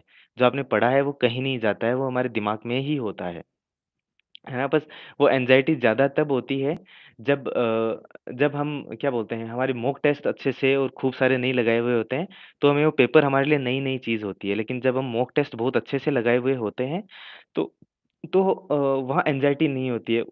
जो एग्ज़ाम का पेपर होगा प्री का, उसको भी आप मॉक टेस्ट की तरह ही मानकर चलिए कि ये भी मेरा एक मॉक टेस्ट ही है जो मुझे अटेम्प्ट करना है ना? फिर वो न कन्फ्यूजन्स नहीं होंगे, एंग्ज़ायटी नहीं होगी। एक टाइम मैनेजमेंट शुरू से ही कोशिश करिएगा टाइम मैनेजमेंट सीखो, है ना? 10 क्वेश्चन कर लिए टाइम देखते रहिए साथ में टाइमर रखिए एक टेबल पर, ताकि आप जब मॉक टेस्ट लगाओ ना 10 टेस्ट, 20 टेस्ट लगाने के बाद में आपका एक फॉर्मेट सेट हो जाना चाहिए कि अगर आप 30 नंबर का क्वेश्चन अटेम्प्ट कर रहे हो, तो आपको कितने मिनट होंगे होंगे मीन्स टाइमर में, है ना? तो वो टाइम के साथ आपको चलना ही पड़ेगा क्योंकि फिर वहाँ एग्ज़ाम में जब टाइम आगे-पीछे होता है ना और एक आपको प्रीलिम्स की रियलिटी बताता हूँ, प्रीलिम्स में क्या होता है, हम मॉक टेस्ट में क्या प्रैक्टिस करते हैं कि टाइमर स्टार्ट किया, क्वेश्चन करना चालू कर देते हैं, है ना? प्रीलिम्स में बहुत सारी चीज़ें होती हैं, मॉक टेस्ट जैसा नहीं होता है, प्रीलिम्स में हम बहुत ज़्यादा कॉन्शियस हो जाते हैं, है ना? तो एक तो उसमें वो पहले वो बहुत सारी शीट्स वगैरह भरनी पड़ती हैं, अटेंडेंस शीट वगैरह और कई बार क्या है, कई जगह अगर आपको एग्ज़ामिनर अच्छा नहीं मिला है ना, जो तो वो बाद में जब आप पेपर शुरू करते हो, उसके बाद में वो शीट्स ले लेके पहुँचते हैं आपके पास में। तो आपको गोले भरने पड़ते हैं वहाँ भी प्रीलिम्स में, बहुत सारे कोई रोल नंबर वगैरह सारे। तो वो 5-6 मिनट का काम होता है और ये 5-6 मिनट बाद में आपको वज़न लगने लग जाती है। 5-6 मिनट अगर शुरू में आप लेट हो गए, तो आप वज़न लगने लग जाते हैं क्योंकि आप मॉक दे रहे होते हो, तब तो आपको आदत नहीं होती है गोले भरने की। मीन्स वो अटेंडेंस शीट वगैरह भरने की। तो ये प्रीलिम्स का एक जो फैक्ट है जो मैंने भी जब पहली बार दिया तब मेरे को लगा कि यार ये तो मॉक टेस्ट में कभी प्रिपेयर किया ही नहीं हमने। क्योंकि मैं 5-6 मिनट लेट हो गया था प्रीलिम्स में वो अटेंडेंस शीट वगैरह भरने में। तो ये चीज़ भी आप पहले से प्रैक्टिस करके चलिएगा ताकि वहाँ जाके आपको ऑकवर्ड फ़ील ना हो। दूसरा क्या होता है कि हम प्रीलिम्स में बैठकर पेपर शुरू करते हैं ना तो हम बहुत कॉन्शियस हो जाते हैं। मॉक टेस्ट में तो हम फटाफट क्वेश्चन्स करना चालू कर देते हैं क्योंकि टेंशन नहीं होती है। प्रीलिम्स के पेपर में कॉन्शियस हो जाते हैं तो फिर हम शुरू के क्वेश्चन्स को बहुत ज़्यादा टाइम देना चालू कर देते हैं। उस चीज़ का ध्यान रखिएगा, है ना? कि जो प्रीलिम्स का क्वेश्चन शुरू करो तो उनमें एक्सेसिव टाइम नहीं लग रहा है और वो पता नहीं लगता है हमें कि कब टाइम चला गया है ना? हम वो क्वेश्चन को सही कि गलत ना हो जाए वो उस कॉन्शियसनेस के चक्कर में टाइम लग जाता है और फिर आगे वो बर्डन डेवलप होने लग जाता है। टाइम और बढ़ता-बढ़ता फिर आप बहुत लेट हो जाते हो। तो ये प्रीलिम्स का जब मॉक टेस्ट दो तभी आप ये प्रैक्टिस चालू करिएगा ताकि वो प्रीलिम्स में बैठकर आपको ऑकवर्ड ना लगे। ठीक है? तो मॉक टेस्ट मैंने बहुत सारे दिए, उनका एनालिसिस बहुत अच्छे से किया, साथ-साथ में मैं रिवीजन करता था। आंसर्स लिखना मैंने प्रीलिम्स तक नहीं छोड़ा था मतलब 1-2 आंसर्स मैं लिख ही देता। 1-2 आंसर लिखने में 20 मिनट, आधा घंटा वेस्ट होता है। उसको एनालाइज़ करने में 10-15 मिनट और मान लीजिए, है ना? तो आधा घंटा तो हम कहीं भी लगा देते हैं। तो वो क्या कंटिन्यूटी बनी रही। और लकीली मेरा अच्छा प्रीलिम्स गया पहला, है ना? और पहला प्रीलिम्स मैंने अच्छे से पास कर दिया। सीसेट का एक सीसेट जो बहुत क्रूशियल है आज के टाइम पे जिसमें बहुत सारे लोग कन्फ्यूज़ हो रहे हैं और बहुत सारे लोग फेल हो रहे हैं। मेरा मैथ्स बैकग्राउंड बिल्कुल नहीं है, मेरी मैथ्स बहुत खराब थी हमेशा से ही, है ना? और लेकिन एक तो रीज़निंग पर मैंने काम किया। एक आप पता है रीज़निंग एज़ ए सब्जेक्ट बहुत बड़ा है, मैथ्स एज़ ए सब्जेक्ट बहुत बड़ा है। लेकिन आप 3-4 साल के प्रीलिम्स वो जो सीसेट के पेपर्स हैं वो उठाकर देखिए, कुछ टॉपिक्स होते हैं जिनमें से बहुत सारे क्वेश्चन्स पूछे जाते हैं, है ना? उन क्वेश्चन्स पर काम करिए, उन टॉपिक्स पर ताकि आपको वो आपके बेसिक जैसे मेरे 85 से लेकर 90 के बीच में तीनों प्रीलिम्स में सीसेट में नंबर बनते हैं और वो ही बनते आ रहे हैं। क्योंकि मैंने कुछ टॉपिक्स पर काम किया रखा की कर रखा है वो टॉपिक्स मुझे उनके क्वेश्चन्स मुझे पेपर में मिल जाते हैं और मैं वो क्वेश्चन कर आता हूँ। उन टॉपिक्स के अलावा जो क्वेश्चन्स मुझे मिल रहे हैं, वो मैं छोड़ देता हूँ क्योंकि मेरे को पता है मेरे को आते नहीं है मैथ्स, है ना? साथ में मैंने जो कॉम्प्रिहेंशन के क्वेश्चन्स आते हैं वो इंग्लिश वाले वो, है ना? यार इम्पोर्टेंट टॉपिक तो अब मैं कैसे बताऊँ आपको? आप सीसेट के पेपर देखिएगा जैसे एवरेज हो गया, है ना? एक वो अ, यार टॉपिक्स के नाम मेरे को याद नहीं है, मैंने बस क्वेश्चन के बेसिस पे प्रिपरेशन करी थी। एक वो होता है ना कि एक वो नल इतनी देर में टंकी भरता है, दूसरा इतनी देर में खाली करता है, उस तरीके के क्वेश्चन, स्पीड वाला, रेशियो वाला, है ना? एक वो कभी-कभी वो साइन थीटा, कोस थीटा वाला पूछ लेता है, वो मेरे को नहीं आते हैं, है ना? और एरिया का पूछ लेता है, रीज़निंग में फिर वो क्यूब वाले क्वेश्चन्स, एज वाले क्वेश्चन्स, रिलेशनशिप्स वाले क्वेश्चन्स, है ना? और ये कुछ क्वेश्चन्स हैं जो रिपीट होते ही होते हैं, ये टॉपिक्स हैं जो मेन हैं। तो इन पर काम कर लीजिए, ये क्वेश्चन आपको मिल जाएँगे कि आप पास हो जाओ। हमें 27 क्वेश्चन सही चाहिए सीसेट के पेपर में। और ये कुछ-कुछ टॉपिक्स जो इम्पोर्टेंट टॉपिक्स हैं, आप पेपर देखोगे आपको पता चल जाएगा 2-3 साल के, वो उन पर काम करोगे तो आपको 27 क्वेश्चन आपके सही करने लायक मिल जाएँगे। है ना? हाँ, यही परसेंटेज वगैरह ये सभी, ब्लड रिलेशंस वगैरह, है ना? साथ में जो वो इंग्लिश के पैराग्राफ्स वाला कम्प्रीहेंशन के क्वेश्चन्स आते हैं, उन पर काम करिएगा। क्योंकि जब बहुत बार क्या होता है, बहुत सारे लोग जैसे बहुत सारे आईआईटियंस मेरे ऐसे जानकार हैं जो जिनकी मैथ्स वगैरह, रीज़निंग वगैरह बहुत स्ट्रॉन्ग थी, है ना? उन्होंने कम्प्रिहेंशन पर बिल्कुल ध्यान नहीं दिया कि ठीक है, हम तो मैथ्स वगैरह तो आती ही है, तो हमें कोई दिक्कत नहीं होगी। लेकिन इस बार क्या हुआ, इस बार ये ख खतरनाक आ गए, मतलब रीज़निंग मीन्स मैथ्स वगैरह कुछ ज़्यादा ही खतरनाक आ गई और उन्होंने कम्प्रिहेंशन वगैरह की प्रैक्टिस की नहीं थी, तो वो लोग फेल हो गए फिर। तो मैं कॉम्प्रिहेंशन भी करता हूँ सारी चीज़ों किसी चीज़ को छोड़कर मत चलिएगा इसमें, है ना? ताकि कोई अर्जेंसी में कुछ दिक्कतें ना हो। कोई पेपर खराब मीन्स खतरनाक पेपर आ जाए तो। तो सीसेट की ये स्ट्रैटेजी थी। सीसेट के भी मैंने 15 एक पेपर लगाए थे, 15 एक लगाए थे, 10-12 एक पिछली बार लगाए थे और 4-5 पेपर इस बार लगा पाया था क्योंकि इस बार टाइम नहीं था। लेकिन वही 85-90 के आस-पास मेरे नंबर तीनों में ही बनते आ रहे हैं और वही बन रहे हैं, है ना? तो सीसेट की ये स्ट्रैटेजी थी, जीएस की मैंने आपको बता दी, कंटिन्यूअसली रिवीजन किया था साथ-साथ में जीएस का सिलेबस के बाद में, पेपर लगाए थे, मॉक टेस्ट बहुत सारे लगाए थे और हाँ, फिर मेरा प्रीलिम्स भी पास हो गया था, ठीक-ठाक अच्छे मार्जिन से। फिर मैंने मेंस के लिए आंसर राइटिंग जो कर रहा था मैं, उसको पेपर्स में फुल फ्लेजेड फ्लेजेड पेपर्स देना शुरू कर दिया था मैंने प्रीलिम्स के जस्ट बाद में। 3 महीने थे हमारे पास में और टेस्ट सीरीज़ मैंने 2 टेस्ट सीरीज़ जॉइन कर रखी थी। सोशियोलॉजी की अलग से करी थी और सोशियोलॉजी के आंसर्स भी देखिए वैसे ही लिखे जाते हैं, जैसे जीएस के लिखे जाते हैं। बस कंटेंट स्ट्रक्चर वगैरह वही रखना होता है। कंटेंट की चेंज होता है। स्ट्रक्चर मैं सिर्फ़ सोशियोलॉजी के बेसिस पे बता रहा हूँ। मेरा जो एक्सपीरियंस है मैं मेरा बता रहा हूँ, आप बाकी आप एनालाइज़ कर सकते हो आपका। क्योंकि सोशियोलॉजी में ये स्ट्रक्चर्स वगैरह वो डायग्राम्स वगैरह हद से ज़्यादा नहीं होते हैं। तो हमारे आंसर्स का स्ट्रक्चर जनरली जीएस जैसा ही होता है। बस कंटेंट एनरिच करना पड़ता है, कंटेंट बहुत स्पेसिफिक होना पड़ता है। आप कोई थ्योरी एक्सप्लेन कर रहे हो तो जीएस में आप जनरलिस्टिक तरीके से थ्योरी एक्सप्लेन कर दे रहे हो, है ना? टेस्ट सीरीज़ मैंने विज़न की और दृष्टि की ली थी। है ना? तो लेकिन सोशल अगर आप ऑप्शनल का आंसर लिख रहे हो तो उसमें आपको बहुत स्पेसिफिक होना पड़ेगा। थ्योरीज़ कोई भी टॉपिक है उसकी थ्योरीज़ आज तक की जो भी थ्योरीज़ हैं वो लिखिए, रिसर्चर्स लिखिए, एग्ज़ाम्पल्स डालने पड़ते हैं, रियल टाइम एग्ज़ाम्पल्स डालने पड़ते हैं, उनको एलैबोरेट करना पड़ता है, कनेक्ट करना पड़ता है ना? और कहीं डायग्राम है तो डायग्राम से एक्सप्लेन करना पड़ता है। मेंस की स्ट्रैटेजी देखिए कंटीन्यूअसली आंसर राइटिंग तो करनी पड़ेगी, है ना? और जीएस का जो आपने सिलेबस किया है, ऑप्शनल का सिलेबस किया है, रिवाइज़ वो ही चीज़ें करनी होती हैं। साथ में जब आप आंसर लिखोगे ना, तो कंटेंट एनरिचमेंट हमेशा अपने आप होता जाता है ना? तो कंटेंट एनरिचमेंट आपका न्यूज़पेपर हो गया, करंट अफ़ेयर्स की जो मैगज़ीन्स हो गई, उनसे चीज़ें पिक करते रहिए कि मेरे काम में क्या आ सकता है मेंस में। वो चीज़ें आप काम में लेते रहिए, है ना? और आंसर्स लिखते जाइए, धीरे-धीरे आंसर्स की आंसर्स को समझने की अंडरस्टैंडिंग्स डेवलप होगी। आंसर्स में जो कीवर्ड्स हैं, उनको समझना बहुत ज़रूरी होता है कि आंसर पूछना क्या चाहता है। कई बार आंसर में पता है क्या होता है कि एक स्टेटमेंट दिया होगा, है ना? और उसके बाद में उस स्टेटमेंट को क्रॉस करने के लिए कोई भी और जैसे क्रिटिकली एनालाइज़ करिए। तो हम वो स्टेटमेंट पढ़कर वो क्रिटिकल जो टर्म है उस पर ध्यान ना देकर उस स्टेटमेंट के बेसिस पे आंसर लिखना चालू कर देते हैं। है ना? तो फिर जो उसमें जबकि लिखना उल्टा होता है, तो यहाँ हमारा क्वेश्चन को बहुत ध्यान से पढ़ना, जो इम्पोर्टेंट वर्ड्स हैं उसमें उस पर ध्यान देना बहुत ज़रूरी होता है। जो शुरू में बहुत बार आपसे गलतियाँ होंगी, तो वो ही बात इनर्शिया नहीं डेवलप करने देना है, इरिटेशन नहीं होने देनी है, वो सबसे होती हैं। टाइम के साथ अपने आप आदत बन जाती है और जो इम्पोर्टेंट चीज़ें हैं उन पर ध्यान अपने आप जाने लग जाता है। ठीक है? तो ये आंसर राइटिंग का स्ट्रैटेजी हो गई। मेंस में देखिए फुल फ्लेजेड पेपर मैंने प्रीलिम्स के जस्ट बाद में देने चालू कर दिए थे। मैं नोट्स पहले बना लीजिए, मेरी जो स्ट्रैटेजी थी वो ये थी कि नोट्स पहले बना ली और रिवाइज़ फिर एक साथ ही रिवाइज़ करना चालू किया था। मैं वो पीसमील नहीं कर पा रहा था क्योंकि वो मेरे को सूट नहीं हो रही थी कि 2 दिन नोट्स बना लिए, 2 दिन रिवीज़न कर लिए, तो मैंने पहले सारे नोट्स बनाए फिर रिवाइज़ किया था। और पेपर्स में देखिए आप जितने मेंस के भी पेपर लिख सकते हो उतना अच्छा ही है। मैं वीक में 3 या 4 पेपर लिखता था कभी-कभी और फिर लास्ट में ये भी सोचता था कि मीन्स दिन में 2 पेपर लिखने हैं, लास्ट में जब मेंस पास आ गया था क्योंकि वहाँ आपको जाकर दिन में 2 पेपर लिखने हैं, तो अगर आप पहले से हैबिचुअल नहीं होगे तो वो आपके लिए बहुत बड़ा बर्डन हो जाएगा। 2 पेपर लिखना ईज़ी नहीं होता है ना? तो 2 पेपर लिखने की प्रैक्टिस आपको मेंस से पहले करनी पड़ेगी और पेपर्स को वैसे ही एनालाइज़ करिए, जो क्वेश्चन्स हैं उनको क्योंकि उम जी। जो आपको कोचिंग्स की तरफ से डिटेल मटेरियल मिलता है ना, उससे आपका कंटेंट एनरिचमेंट होगा। आपको ये पता चलेगा कि आपने क्वेश्चन के कौन से डायमेंशन्स एड्रेस किए हैं और कौन से डायमेंशन्स आपने छोड़ दिए हैं।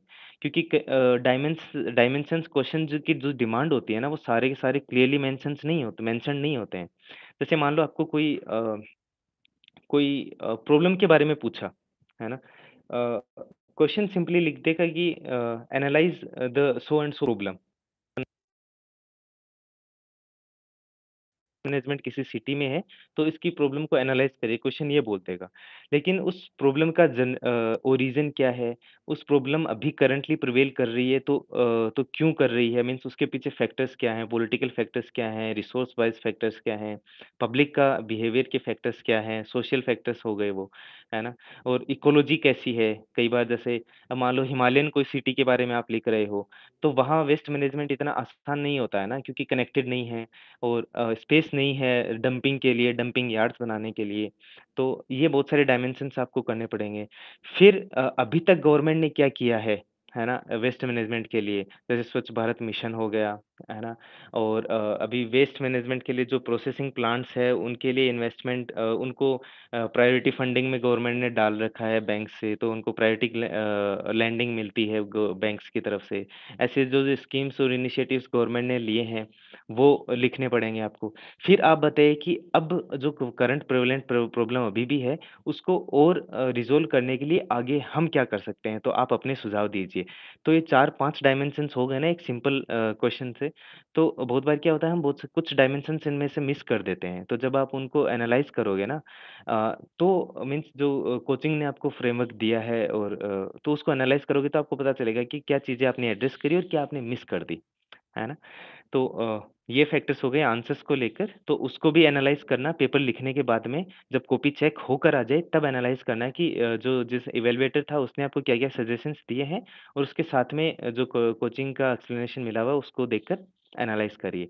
पर हर क्वेश्चन को करना है, छोड़ना नहीं है कि किसी क्वेश्चन में ज़्यादा नंबर मिले हैं तो इसमें तो मेरे को अच्छा किया ही होगा तो छोड़ देते हैं, नहीं। क्वेश्चन सारे एनालाइज़ करिए, ठीक है? और आप टॉपर्स की नोटबुक्स आप चेक कर सकते हैं उन्हें वो कैसे आंसर लिखते हैं, उससे आपको स्ट्रक्चर करने में ऐसे मदद मिल जाएगी शुरू में, है ना? एंड फिर मेंस के पेपर मैंने बता ही दिए जितने आप लिख सकते हो, आप लिखिए लेकिन कोशिश करिए 20-30 प पेपर तो मेंस से पहले लिखिए ही लिखिए।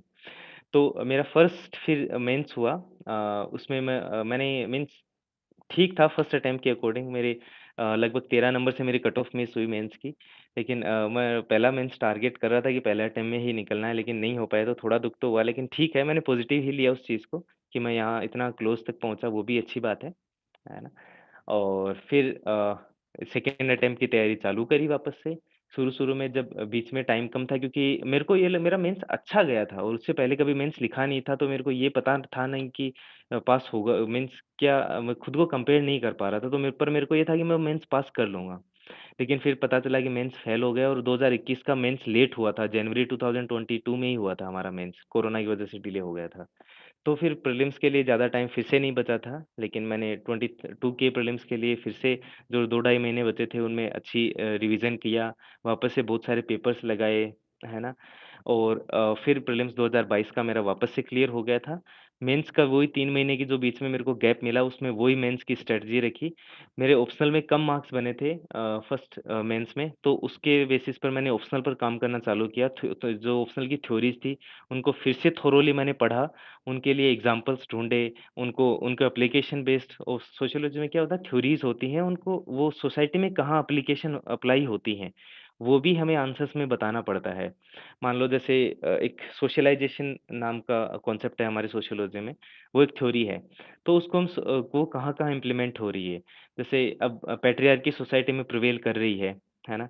तो ये भी सोशलाइज़ेशन इसके पीछे एक बहुत बड़ा रीज़न कि हम हमारे बच्चों जो नई जनरेशन्स आती हैं उनको सोशलाइज़ ऐसे करते हैं। सोशलाइज़ेशन का मतलब होता है कि हम जो नई जनरेशन्स होती हैं उनको जो जिस सोसाइटी में वो होते हैं उस सोसाइटी के रूल्स रेगुलेशन की तरह ढालना, उनको वो चीज़ें सिखाना।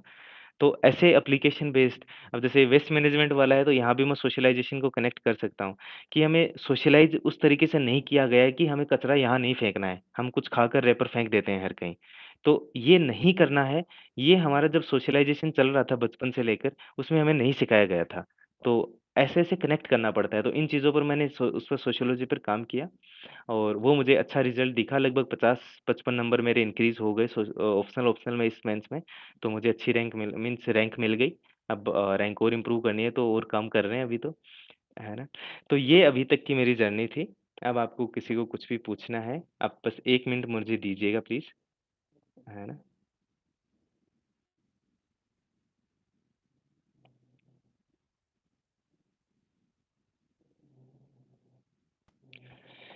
जी, अ, सॉरी डिस्टर्बेंस के लिए। तो ये मेरी जर्नी थी, ये स्ट्रेटजी थी कि और हाँ, स्ट्रेटजी में एक चीज़ ये कि मैंने बुक्स एक ही बार करी। बुक से मैंने पहले बार में ही जब मैं कर रहा था एनसीईआरटी तब उसमें से नोट्स बनाए थे और जब मेरे एडवांस बुक में कर रहा था तो उनमें से नोट्स बनाए थे। उसके बाद में मैंने कभी नोट्स वापस से नहीं बनाए। मीन्स ना ही नोट्स बनाए हैं और ना ही मैंने उन बुक्स को कभी फिर से छेड़ा है। मैं मेरे नोट्स ही मेरे पास में रखता हूँ, नोट्स को ही रिवाइज़ करता आया हूँ मैं पिछले जो तीसरा अटेम्प्ट चल रहा है तो अभी भी मैं नोट्स ही रिवाइज़ कर रहा हूँ, जो मैंने पहले अटेम्प्ट से पहले जब बनाए थे। और पोस्ट अभी पता नहीं है सर लेकिन जितना एनालिसिस है उसके बेसिस पे आईआरएस कस्टम्स मिलेगी मेरे को, है ना? और और आपके अब जो भी क्वेश्चन्स हैं आप पूछ सकते हो, है ना?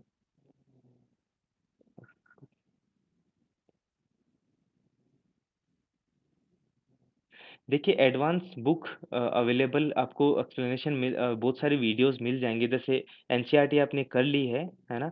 तो अब आगे पॉलिटी के लिए जैसे लक्ष्मीकांत आपको करनी चाहिए तो वो कर लीजिए, है ना? और हिस्ट्री के लिए आपको स्पेक्ट्रम करनी चाहिए तो वो कर लीजिए, है ना? ज्योग्राफी के लिए आपको एनसीईआरटी अगर 11th 12th और 9th-10th की एनसीईआरटी आपने अच्छे से कर ली है, तो ज्योग्राफी के लिए उसके अलग कुछ नहीं पढ़ने की ज़रूरत है। जो करंट में इश्यू चल रहे हों, जैसे अभी हीट वेव आई थी इंडिया में, है ना? तो उसके बारे में पढ़ लीजिए। अभी थंडरस्टॉर्म्स चल रहे थे नॉर्थ वेस्टर्न इंडिया में, है ना? तो वो वेस्टर्न डिस्टर्बेंसेस की तरफ से वजह से चलते हैं। तो उसका इम्पैक्ट क्या था? अभी अगस्त से एल नीनो इम्पैक्ट शुरू होने वाला है दुनिया में। तो एल नीनो इम्पैक्ट क्या है? उसके इम्पैक्ट दुनिया पर क्या पड़ते हैं? इंडिया पर क्या पड़ेंगे? है ना? उसका जनरल ट्रेंड क्या होता है? जैसे एल नीनो 3 से 7 साल के बीच में एक बार एल नीनो इम्पैक्ट होता है। एल नीनो फिनोमेना जो होता है वो आता है। तो ऐसे एनसीईआरटी सफिशिएंट है और जो एडवांस बुक आपको बताई गई है एनसीईआरटी से आगे वो ही पढ़नी होती हैं, वो ही करिए। मेरा इंग्लिश मीडियम था। ऑथेंटिक नोट्स देखिए आप कुछ है ना पुराने पेपर्स वगैरह चेक करिए, क्वेश्चंस वगैरह प्रीलिम्स के, मेंस के, तो आपको एक धीरे-धीरे एक अंडरस्टैंडिंग और देखिए ऑथेंटिक ऑथेंटिक नोट्स एक दिन में नहीं बनते हैं। वो एक लर्निंग प्रोसेस से निकलते हैं हम, है ना? अभी भी मेरा तीसरा अटेम्प्ट चल रहा है लेकिन मैं सीख ही रहा हूँ कुछ ना कुछ। तो वो धीरे-धीरे इम्प्रूवमेंट उनमें और आता जाता है। तो वो आप देखिए कि क्या टॉपिक्स इम्पोर्टेंट रहते हैं, है ना? उनके बेसिस पे और देखिए छोड़िए कुछ मत, शॉर्टकट्स कभी इस एग्ज़ाम में अडॉप्ट मत करिएगा। इस एग्ज़ाम में शॉर्टकट्स काम नहीं आते हैं, किसी भी तरीके से काम नहीं आते हैं, है ना? तो आप धीरे-धीरे जो भी आप बुक पढ़ रहे हो, हिस्ट्री पढ़ रहे हो तो उसको थोरोली उसके नोट्स बनाइए ताकि अगर आपको तीसरा अटेम्प्ट भी देना पड़े, चौथा अटेम्प्ट भी देना पड़े लोगों को 5-6 अटेम्प्ट भी देने पड़ रहे हैं 50-60% बच्चों को तो 5-6 अटेम्प्ट में जाके अगर आप छोटे-छोटे वो शॉर्ट नोट्स बना लोगे ना तो वो काम में नहीं आएँगे फिर। क्योंकि आप एक लाइन पढ़कर वो पूरी इन्फॉर्मेशन रिकॉल नहीं कर सकते हो। तो नोट्स अच्छे बनाइए ताकि वो 5वाँ टाइम में भी आपको पढ़ना पड़े तो वो नोट्स आपके काम में आ जाएँ। सोशियोलॉजी आप है ना एनसीईआरटी की बुक है 11th-12th में है, वो पढ़कर शुरू कर लीजिए, वो बहुत बेसिक सी बुक है ना? फिर कुछ चैनल्स हैं जैसे स्लीपी क्लासेस नाम से एक चैनल है, उस पर वीडियोज़ हैं, तो वो आपको थोड़ा-सा एक बिगिनिंग के लिए अच्छा होंगे, है ना? और फिर सोशियोलॉजी की जो एडवांस बुक हैं जैसे हर्लम्बस एंड होलबोर्न है, रिडजर है इग्नू है ना? इनसे आपको रिसोर्स निकालना पड़ेगा जो मीन्स यूपीएससी ने सिलेबस प्रोवाइड करा रखा है। उस सिलेबस के ऊपर कि सिलेबस में क्या-क्या लिखा गया है, उसके बेसिस पे आपको रिसोर्स निकालना पड़ेगा। वो बहुत टीडियस प्रोसेस रहता है। आपको कहीं एक जगह कुछ नहीं लिखा मिलेगा। एक नितिन सांगवान सर हैं, रैंक 28 हैं 2015-16 बैच के, उन्होंने एक बुक लिखी थी एसेंशियल सोशियोलॉजी ऐसे कुछ करके है नाम, है ना? वो आपको एक स्ट्रक्चर देने में काम आ जाएगी सिलेबस को करने में, तो वो आप देख लीजिएगा। स्टैंडर्ड बुक्स को अंडरस्टैंडिंग के साथ पढ़िए। आप स्टैंडर्ड पढ़ रहे हो, आप एनसीईआरटी पढ़ रहे हो, कुछ भी पढ़ रहे हो, जो कॉन्सेप्ट आप पढ़ रहे हो, वो आपको समझ आ रहा है कि नहीं आ रहा है, इस बात पर ध्यान दीजिएगा। और ये ही इम्पोर्टेंट होता है, स्टैंडर्ड बुक एनसीईआरटी में कोई बहुत दिन-रात का अंतर नहीं होता है, बस समझने की बात होती है। मीन्स कोई भी कॉन्सेप्ट पढ़ रहे हो उसको अंडरस्टैंड करिए कि वो स कॉन्सेप्ट आपको उस कॉन्सेप्ट क्लैरिटी आई है कि नहीं आई है, तब तक उसको छोड़िएगा मत। एनसीईआरटी में वो जो चीज़ें इम्पोर्टेंट आपको लगे उसके नोट्स बनाइए। फॉर एग्ज़ाम्पल आपको कॉन्स्टिट्यूशन से रिलेटेड कुछ मिले तो उसके नोट्स बना लीजिए, इकोनॉमी का कोई फिनोमेना मिले तो उसके नोट्स बना लीजिए। ज्योग्राफ़ी में जैसे ज्योग्राफ़ी में लैंड फ़ॉर्म्स वगैरह हैं, वेदर सिस्टम है, उनके नोट्स बना लीजिए। अ इंटरव्यू बहुत बाद में की स्टेज है, उसमें आपको बहुत टाइम मिलेगा। लेकिन इंटरव्यू देखिए जैसा आपको बताया जाता है कहीं वैसा नहीं होता है। बहुत पोलाइट इंटरव्यू होता है, बोर्ड मेंबर्स बहुत अच्छे होते हैं। ग्रिलिंग वगैरह नहीं होती है वहाँ पर, जो हम मॉक इंटरव्यूज़ में कई कोचिंग वाले करने लग जाते हैं। ऐसा कुछ नहीं होता है, जो नॉर्मल इंटरव्यू होता है वो बहुत अच्छा होता है। वो आपको बहुत सोलेस करेंगे, कंफर्टेबल करेंगे और वहाँ पहली बात तो यूपीएससी में इंटरव्यू है ही नहीं। यूपीएससी में पर्सनैलिटी टेस्ट है, इंटरव्यू अलग होता है। इंटरव्यू का मतलब होता है कि सामने वाला आपको क्वेश्चंस पूछेगा, आपको उनके आंसर्स करने हैं, उसके बेसिस पे आपके नॉलेज टेस्ट होगा। यूपीएससी में पर्सनैलिटी टेस्ट होता है कि आपकी पर्सनैलिटी कैसी है और पर्सनैलिटी टेस्ट करने के लिए क्वेश्चंस पूछना ज़रूरी नहीं होता है। मेरा इंटरव्यू डिस्कशंस चले थे, मेरा इंटरव्यू में क्वेश्चंस नहीं पूछे गए थे, मीन्स क्वेश्चंस नहीं होते हैं, डिस्कशंस चलते हैं किसी टॉपिक के ऊपर। जैसे मैं क्रिकेट प्लेयर रहा हूँ, तो क्रिकेट के ऊपर डिस्कशंस चला। कि क्रिकेट का मोनेटाइज़ेशन हो रहा है, कमर्शियलाइज़ेशन हो रहा है, तो ये सही है कि नहीं गलत है? वो अपने ओपिनियंस दे रहे थे, उनके बेसिस पे मुझे ओपिनियंस बताने थे, ऐसा चलता है इंटरव्यू। तो इंटरव्यू को लेकर डरिए मत बिल्कुल भी, बहुत अच्छा होता है। इंटरव्यू में मेरे बहुत अच्छे मार्क्स हैं, 187 मार्क्स आए हैं मेरे इंटरव्यू में। तो आप काम रहिए, कंपोज़ रहिए और वो मॉक इंटरव्यूज़ को देखकर इतना डरना नहीं होता है। एनवायरनमेंट के लिए वो ही शंकर आईएएस की बुक आप ऊपर-ऊपर से पढ़ लीजिए, थोरोली पढ़ने की ज़रूरत नहीं होती है क्योंकि उसमें बहुत ज़्यादा डिटेल दे रखी हैं। इंग्लिश में एक्सप्रेस करने में अगर आपको मेंस में दिक्कत आ रही है तो आप अपना मीडियम चेंज करिए फिर, है ना? और अगर मेंस में दिक्कत नहीं आ रही तो इंटरव्यू में आप इंटरव्यू हिंदी में दे सकते हो, कोई इश्यू नहीं है। मेंस इंग्लिश में लिख लीजिए, है ना? एंड पर्सनैलिटी अच्छी होनी चाहिए, आपका एनालिटिकल माइंडसेट होना चाहिए कि आप प्रॉब्लम्स हैं, उनको प्रॉब्लम्स को बहुत सारे डायमेंशन से देख पा रहे हो। एक प्रॉब्लम सामने-सामने पड़ी है, सामने-सामने साफ-साफ लिखा हुआ चीज़ है, उसको तो सभी देखते हैं। एक सिविल सर्वेंट बनने के लिए आपको वो जो चीज़ें नहीं लिखी हुई होती हैं, वो भी देखनी पड़ती हैं। है ना? तो जैसे हमारी इकोनॉमी पीछे जा रही है, तो उसके पीछे बहुत सारे इकोनॉमी अभी पीछे नहीं जा रही, इकोनॉमी बहुत अच्छे से ग्रोथ कर रही है, लेकिन इकोनॉमिकली अभी भी हमारी सोसाइटी थोड़ी बैकवर्ड है, तो उसके बहुत सारे डायमेंशन्स हैं, है ना? सोशल डायमेंशन्स हैं, एनवायरमेंटल डायमेंशन्स हैं, ऐसे एनालाइज़ करने की आपकी हैबिट बन जाएगी धीरे-धीरे। इंटरव्यू की टेंशन मत लीजिए अभी आप लोग, अभी प्रीलिम्स पर फोकस करिए। अ, एक तो ज्योग्राफी में एनसीईआरटी की बुक है 11th क्लास की fundamentals of geography blue colour का उसका कवर है, वो पूरी की पूरी इम्पोर्टेंट है। अब साथ में जीसी लियोंग की एक बुक आती है, उसमें लास्ट में वेदर पैटर्न्स बताए हुए हैं, कुछ टॉपिक्स हैं वेदर को लेकर, है ना? क्लाइमेट को लेकर सॉरी, है ना? कि इंडिया में मानसून क्लाइमेट है ना? और गल्फ टाइप क्लाइमेट कहाँ है ना? वो सब आप उसमें पढ़ सकते हो, वो ज़रूरी है बस। दे सकते हो एग्ज़ाम जैसे मैंने 2022 का पहली बार असिस्टेंट कमांडेंट का साथ में पेपर दिया था एज़ ए वो क्या बोलते हैं, जो प्लान बी होता है उसके तौर पर। तो असिस्टेंट कमांडेंट की एग्ज़ाम वग़ैरह मैंने बहुत अच्छे से पास कर दी। 2-3 दिन पहले उसका इंटरव्यू भी था, तो अभी मुझे इंटरव्यू वापस देना है सिविल सर्विसेज़ का एक बार तो मैं वो भी दे के आया था, तो वो भी बहुत अच्छा गया, यूपीएससी में ही गया था। तो आप दे सकते हो, साथ में असिस्टेंट कमांडेंट की एग्ज़ाम है, ईपीएफओ की एग्ज़ाम आती हैं और भी बहुत सारी एग्ज़ाम्स हैं, कोई इश्यू नहीं है। लेकिन यूपीएससी की प्रिपरेशन कॉम्प्रोमाइज़ नहीं होनी चाहिए। जैसे मैंने असिस्टेंट कमांडेंट का पेपर दिया, तो वो इसलिए दिया क्योंकि उसमें उसके लिए मुझे कोई एक्स्ट्रा एफर्ट्स नहीं डालने। जो यूपीएससी की प्रिपरेशन सिविल सर्विसेज़ की प्रिपरेशन कर रहा हूँ, वो ही उसमें आनी थी। तो उसके साथ में वो हो गया अपने आप, तो वो एक प्लान भी अच्छा हो जाता है। सर अच्छा बताते हैं पब्लिक एडमिनिस्ट्रेशन जो प पबैड है, ऑप्शनल नंबर भी आते हैं, लेकिन मैं अब है कैसा अंदर से वो बता नहीं सकता क्योंकि मैंने पढ़ा नहीं है। आंसर शीट भरना इम्पोर्टेंट नहीं होता है। आपने आंसर्स में डायमेंशन्स सारे एड्रेस किए हैं कि नहीं किए आंसर में। आप जो 10 मार्कर है उसमें 2 पेज मिलते हैं। तो आप डेढ़ पेज में भी आंसर कंप्लीट करते हो तो क्या इश्यू है? लेकिन जैसे मान लीजिए कोई क्वेश्चन पूछा आपको उसमें 2 डायमेंशन्स आपको एड्रेस करने हैं, सिर्फ़ 2 तो उसमें कम से कम हर डायमेंशन में 5 पॉइंट होने चाहिए।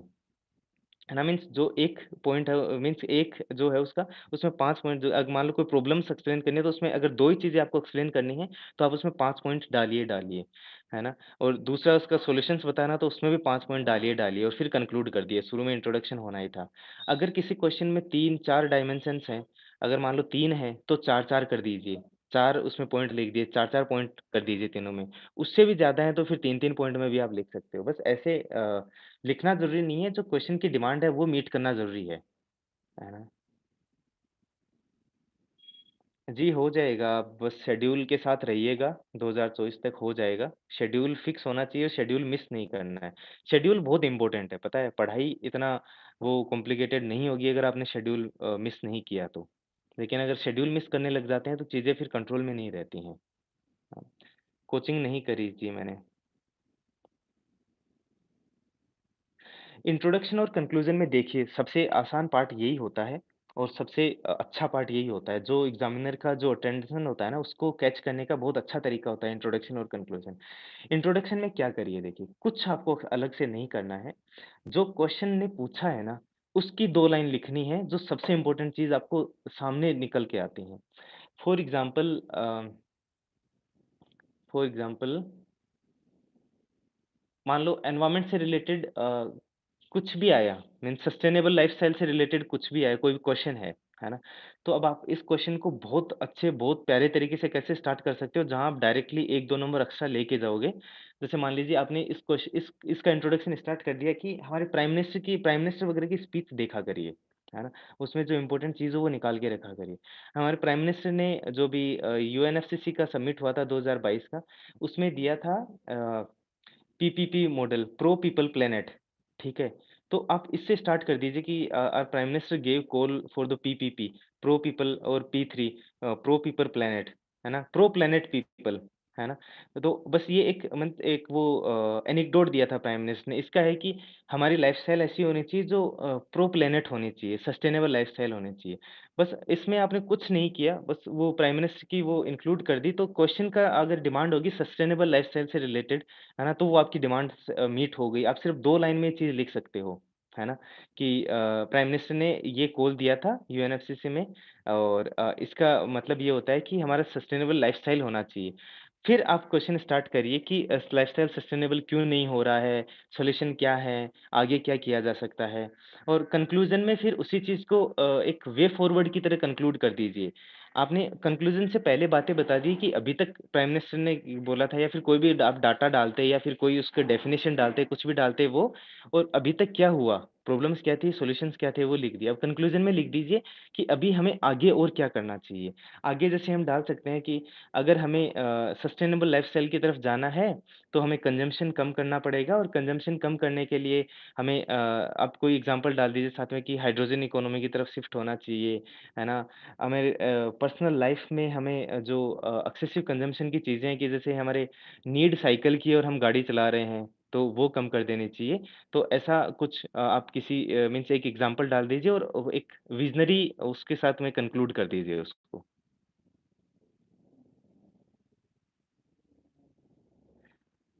बस यही जो सबसे इम्पोर्टेंट चीज़ सबसे क्रूशियल चीज़ होती है वो यही होती है कि हम देखिए एक बहुत सेंसिटिव एज ग्रुप में हैं यार अब सब के सब, है ना? और बहुत सारे डिस्टर्बेंसेस होते हैं, फ़ोन हो गया, दोस्त हो गया, रिलेशनशिप्स हो गए, बहुत सारी चीज़ें।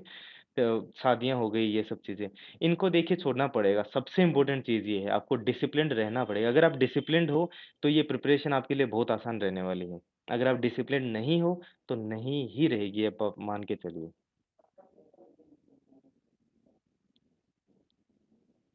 शेड्यूल सबका अपना-अपना होता है। शेड्यूल हम किसी का भी वो नहीं कर सकते हैं कि मेरा जो शेड्यूल था वो मुझे जो सूट हो रहा था, जैसे बहुत सारे लोगों को सुबह उठकर जल्दी उठकर पढ़ना अच्छा लगता है। मेरे को सुबह उठना अच्छा नहीं लगता, तो मैं रात को लेट तक पढ़ता था, फिर सुबह आराम तक सोता था। मैंने शेड्यूल बस एक ही रखा था मेरी प्रिपरेशन के टाइम में कि मुझे 6 घंटे से ज़्यादा नहीं सोना, है ना? इसके अलावा मैंने कोई रिजिड शेड्यूल्स नहीं बनाए क्योंकि मुझे रिजिडिटीज़ अच्छी नहीं, वहाँ मैं कंफर्टेबल फ़ील नहीं करता, तो मैंने नहीं किया वो। चाहे कोई टॉपर कुछ भी करता हो, लेकिन मैंने नहीं किया था। इसीलिए मैं आपको बोल रहा हूँ कि आप भी अपनी स्ट्रैटेजी खुद डेवलप करिए, अपना शेड्यूल खुद बनाइए और खुद के लिए क्या सही है, इसका सबसे अच्छा मेरा ये मानना है कि सबसे अच्छी चीज़ क्या है कि आप देखिए कि उस चीज़ के साथ आप कंफर्टेबल फ़ील कर रहे हो कि नहीं कर रहे हो। अगर आप कंफर्टेबल फ़ील कर रहे हो, तो बेस्ट है, वो ही चीज़ आपके लिए सही है।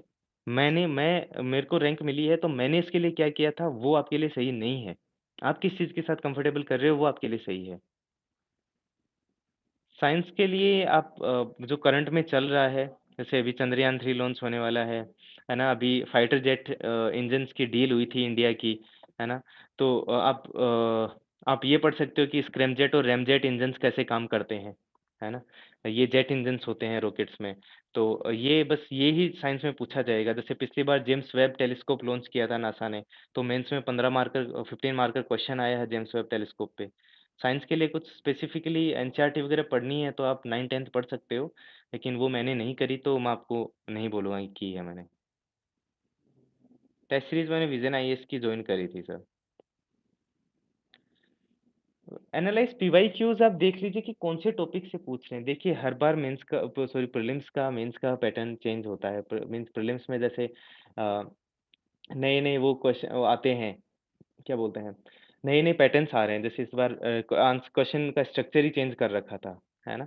तो आप पीवाईक्यूज़ पर टॉपिक्स देख सकते हो कि किन टॉपिक्स पर ज़्यादा क्वेश्चन आते हैं, किस लेवल तक की इन डेप्थ नॉलेज यूपीएससी आपसे पूछने की कोशिश कर रहा है। बस ये आप बार-बार आप देखते जाओगे ना, आप कोई एक क्वेश्चन उठा लीजिए मान लीजिए। पीवाईक्यू का प्रीलिम्स का क्वेश्चन उठा लिया और उसको पढ़िए और उसमें कितना इन डेप्थ तक उसने पूछा है। फिर आपके पास जो नोट्स वगैरह अवेलेबल हैं, आपका जो भी कंटेंट आपके पास है, उससे उसको कंपेयर कर लीजिए कि आपके नोट्स कितने डेप्थ तक गए हुए हैं। अगर उसकी डेप्थ जितने क्वेश्चन ने पूछ रखी है, वो मीट कर रहे हैं, तो अच्छी बात है। उससे कम है, तो आपको थोड़ा अपने नोट्स पर काम करना पड़ेगा और अगर उससे बहुत ज़्यादा बता रखा है, तो उतना पढ़कर कन्फ्यूज़ भी नहीं होना है। हमें जो यूपीएससी ने अभी तक जिस डेप्थ तक क्वेश्चंस पूछ रखे हैं, उससे थोड़ा-सा आगे बढ़कर पढ़ाई करनी है ताकि एक अच्छी स्ट्रैटेजी के साथ हो जाए। स्मार्ट स्टडी करनी है, हार्ड वर्क भी ज़्यादा काम में नहीं आता है ना? सर ये तो आपकी स्ट्रैटेजी होगी कि रिवीजन कितने दिनों बाद करना ठीक होता है। रिवीजन करते रहना चाहिए। देखिए रिवीजन करना ही पड़ेगा। कोई ऐसा इंसान नहीं है जिसको हर चीज़ हमेशा याद रहती है। मैंने तीनों प्रीलिम्स से पहले रिवाइज़ किया ही है 2-2 बार। मेन से पहले रिवाइज़ करता ही हूँ क्योंकि वो चीज़ें हमें पढ़नी ही पड़ेंगी। किसी का दिमाग कंप्यूटर नहीं होता है कि उसको सब कुछ याद रहता है। क्योंकि हमारे यहाँ ये सिविल सर्विसेज़ में इस एग्ज़ाम में क्या बहुत माइन्यूट डिटेल्स पर ध्यान देना पड़ता है और माइन्यूट डिटेल्स देखिए दिमाग से निकलती ही निकलती हैं, तो रिवाइज़ करते रहना ही पड़ेगा बार-बार, बार-बार। जो आपका शेड्यूल आप सेट करिए कि आपको एग्ज़ाम से पहले 1 बार, 2 बार, 3 बार कितनी बार रिवाइज़ करना है, आपका नोट्स कितने बड़े हैं, उसके अकॉर्डिंग शेड्यूल बनाइएगा। हर क्वेश्चन में कंक्लूज़न लिखना ज़रूरी नहीं होता है, लेकिन कंक्लूज़न वाले ही क्वेश्चन मिलेंगे। कोई ऐसा क्वेश्चन जो एकदम ही फैक्चुअल है ना? अब जैसे पिछली बार एक क्वेश्चन आया था मेंस में जीएस 2 में प्रेसिडेंशियल इलेक्शंस कंपेयर करने का फ्रांस का और इंडिया का। उसमें आप कंपैरिज़न लिख दो कि ये प्रोसेस रहता है, तो उसमें आप कंक्लूड ना करो तो भी ठीक है। लेकिन उसमें भी जैसे मैंने तो कंक्लूज़न दे दिया था, आप भी दे सकते हो। जैसे आप कुछ भी कंक्लूज़न में दे सकते हो कि कोई चीज़ अभी नहीं हो रही है ना? या फिर फ्रांस के प्रेसिडेंशियल इलेक्शन में कोई चीज़ हो रही है ना? वो हम हमारे प्रेसिडेंशियल इलेक्शन में अडॉप्ट कर सकते हैं। जैसे ओपन बैलेट सिस्टम कर सकते हैं, है ना? तो ये कोई भी आप देना चाहो तो दे सकते हो। ऐसे फैक्चुअल क्वेश्चन्स में कंक्लूज़न लिखना, जहाँ पर आपका ओपिनियन नहीं माँगा गया है, लेकिन 99% क्वेश्चन ओपिनियन वाले ही होते हैं, तो वो लिखना ही पड़ता है।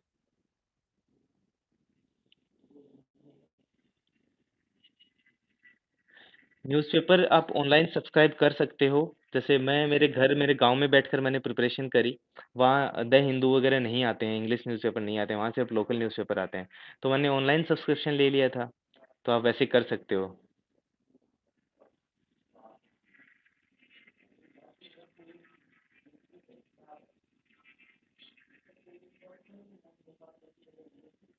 ऐसा कुछ नहीं होता है, जो एग्ज़ाम का शेड्यूल होता है, जब एग्ज़ाम आपका होना होता है ना, उससे आप 2 दिन, 5 दिन और देखिए मैं आपको एक बात बताऊँ क्या ये सब बोलने की बातें होती हैं, है ना? जो एग्ज़ाम जब आपको पता है ना कि आपको 9 बजे से एग्ज़ाम स्टार्ट होना होता है, चाहे आप उससे पहले वाले दिन तक रात को पढ़ रहे हो, पहले वाले दिन तो रात को सोइए, उससे आपको चाहे आपकी आदत रात को पढ़ने की होगी। वो एग्ज़ाम हमें कॉन्शियस इतना कर देते हैं कि हमारा दिमाग अपने आप अल्टीमेट एफिशिएंसी तक पहुँच जाता है, नींद बिल्कुल नहीं आती है ना? और बाकी अग आप रात को पढ़िए, कोई इश्यू नहीं है। एग्ज़ाम से 10 दिन पहले, 15 दिन पहले रात को सोने की आदत डाल लीजिएगा। मीन्स एक सेफ हैंड के लिए तो वो 2 दिन 3 दिन में आदत पड़ जाती है, ऐसा कुछ नहीं है कि वो एग्ज़ाम में नींद आएगी फिर। एनालाइज़ में आपको कोई टॉपिक दिया होगा, उसको आपको एनालाइज़ करना है। आपको मान लीजिए दे दिया कि अ डॉक्ट्राइन ऑफ बेसिक स्ट्रक्चर क्या है? इसको एनालाइज़ करिए, है ना? तो इसको आपको एनालाइज़ करना है। कि उसके मीन्स जो फीचर्स हैं वो लिखने हैं, उसके जो लेटेंट और मैनिफेस्ट डायमेंशंस हैं वो लिखने हैं बस, है ना? कमेंट वाले क्वेश्चन बेसिकली वो होते हैं जिनमें आपको कोई स्टेटमेंट दिया होगा जो या तो फिर उसमें मीन्स उसके आप कमेंट नेगेटिव और पॉजिटिव कमेंट किसी भी तरीके से आप अपनी वो एक्सप्लेन कर सकते हो मीन्स उसके दोनों डायमेंशंस होते हैं। जैसे मान लीजिए अब डाउरी सिस्टम है ना?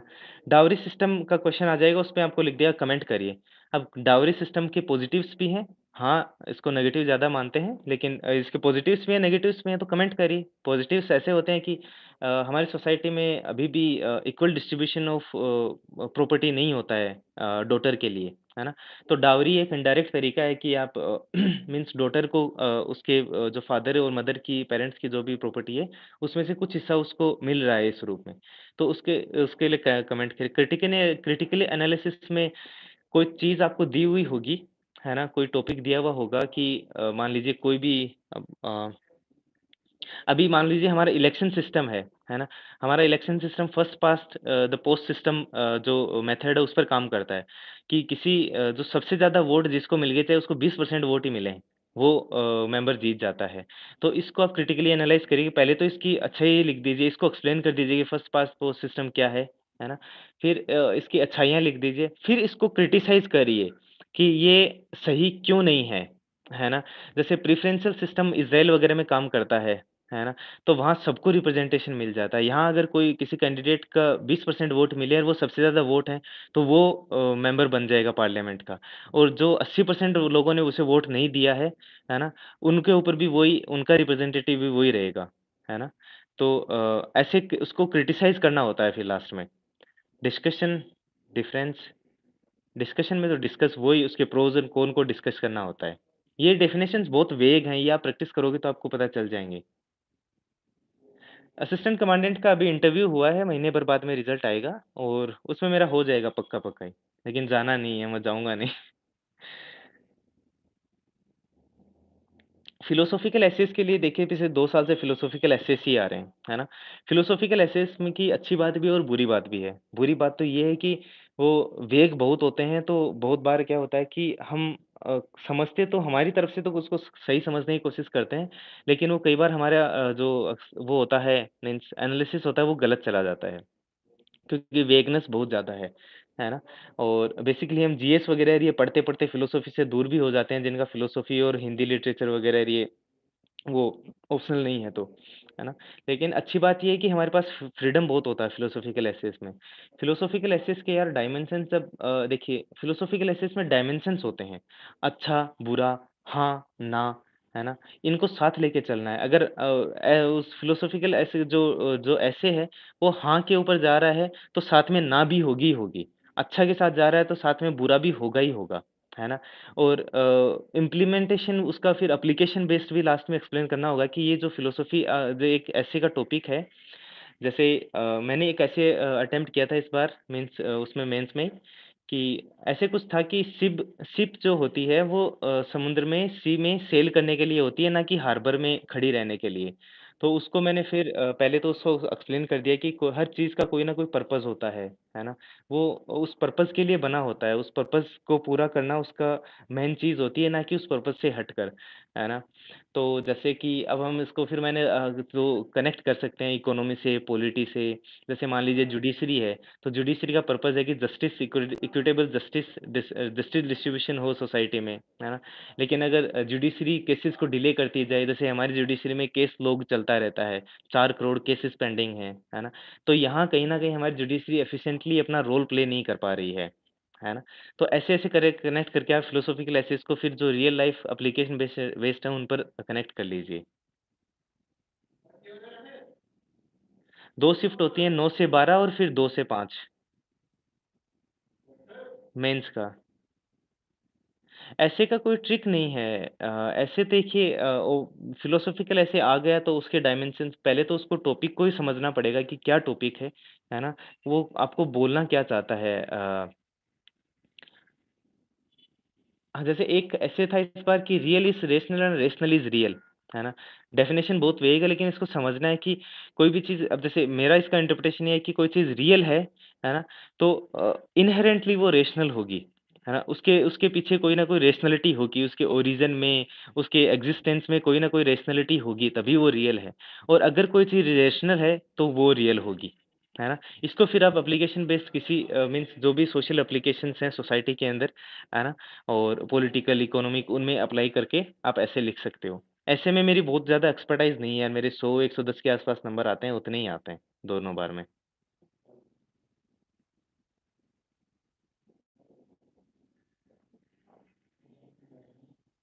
यार इस चीज़ पर मैं कमेंट नहीं करना चाहूँगा कि कौन 8 आवर पढ़ता है, कौन 10 घंटे पढ़ता है ना? पढ़िए जितनी देर आपका दिमाग एफ़िशिएंटली काम कर पा रहा है ना? हमारे दिमाग की भी देखिए कोई लिमिटेशंस नहीं होती हैं, हम जितनी लिमिटेशंस को पुश कर सकते हैं, हमारा दिमाग उतना ही काम कर सकता है ना? तो जितना जल्दी आपको एग्ज़ाम क्लियर करना है ना? उतना ज़्यादा पढ़िए और आपके पास वो पंचवर्षीय योजना है कि मैं 5 साल बाद में भी सिविल सर्विसेज़ क्लियर करूँ, तो भी मुझे कोई दिक्कत नहीं है। तो आप आराम-आराम से पढ़ सकते हो, कोई इश्यू नहीं है। कंपल्सरी प्रिपरेशन को मेंस से 1 महीने पहले आप बस लिखना चालू कर दीजिए, है ना? कि आप अगर जैसे मेरा इंग्लिश मीडियम है तो मुझे हिंदी लिखने में दिक्कत होती थी, तो मैंने एक मे मेंस से 1 महीने पहले कोई भी न्यूज़पेपर का टॉपिक उठा लिया, उसका 1 पेज डेली लिखता था, फिर हो जाता है कुछ उसमें कुछ ख़ास करने की ज़रूरत नहीं है ना? सर प्रीवियस क्वेश्चंस इतने ज़्यादा भी इम्पोर्टेंट नहीं है कि आप पूरी प्रिपरेशन ही उन पर बेस्ड कर दो। यूपीएससी पैटर्न चेंज करती रहती है, तो फिर आपको धोखा होगा। इसलिए प्रीवियस ईयर क्वेश्चन से गाइडेंस ले सकते हो आप, थोड़ी, लेकिन ना कि पूरी।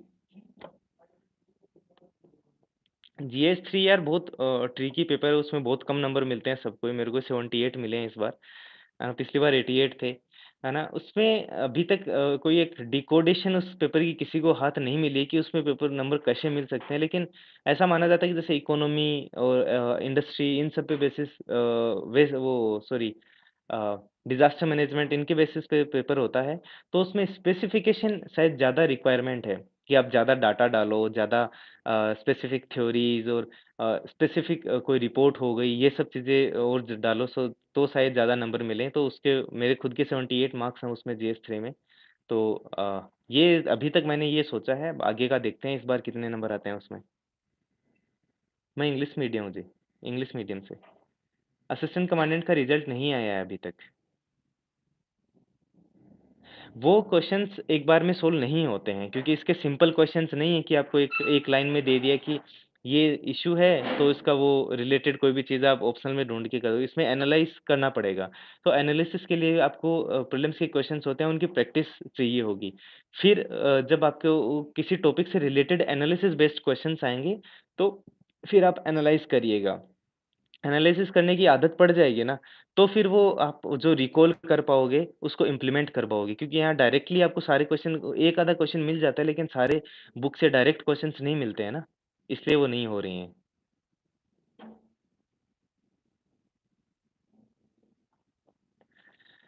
हॉबीज़ देखिए किसी की हैं तो वो आप कर सकते हो साथ में, आप कुछ ना कुछ करते रहिए जैसे मैं कुछ थोड़ा ठीक-ठाक टाइम ही देता था पढ़ाई को, तो जितना बाकी टाइम मेरे पास बचता था जो मिलता था, जो रेस्ट के मीन्स ऐसे थोड़ा रिलैक्स के लिए चाहिए 10 मिनट, 15 मिनट टॉपिक्स चेंज करते हैं तब, तो मैं घरवालों के पास बैठ जाता था, मम्मी के पास बैठ जाता था, है ना? और अगर आपकी लाइफ़ में कोई है तो उनसे बात कर लो, है ना? उनको टाइम देना भी बहुत ज़रूरी होता है और मीन्स जो चीज़ आपको अच्छी लगती है, कोई वीडियो देखकर आपको अच्छा लगता है, तो वो देख लो बीच-बीच में। तो ये शेड्यूल के साथ में ये चीज़ें ठीक है, ज़रूरी है। आपकी कोई स्पेसिफ़िक हॉबी है, तो वो आप अडॉप्ट कर सकते हो। हिस्ट्री की 6 से पढ़ लीजिए, है ना? और बाकी 9th तो 12th सबकी पढ़ने की भी ज़रूरत नहीं है। जैसे पॉलिटी की 12th की इम्पोर्टेंट नहीं है बुक, है ना? और इकोनॉमी की तो 11th-12th की कोई काम की नहीं है हमारे, है ना? और एनसीईआरटी की 11 सॉरी उसकी ज्योग्राफी की 11th-12th की पढ़नी पड़ेगी।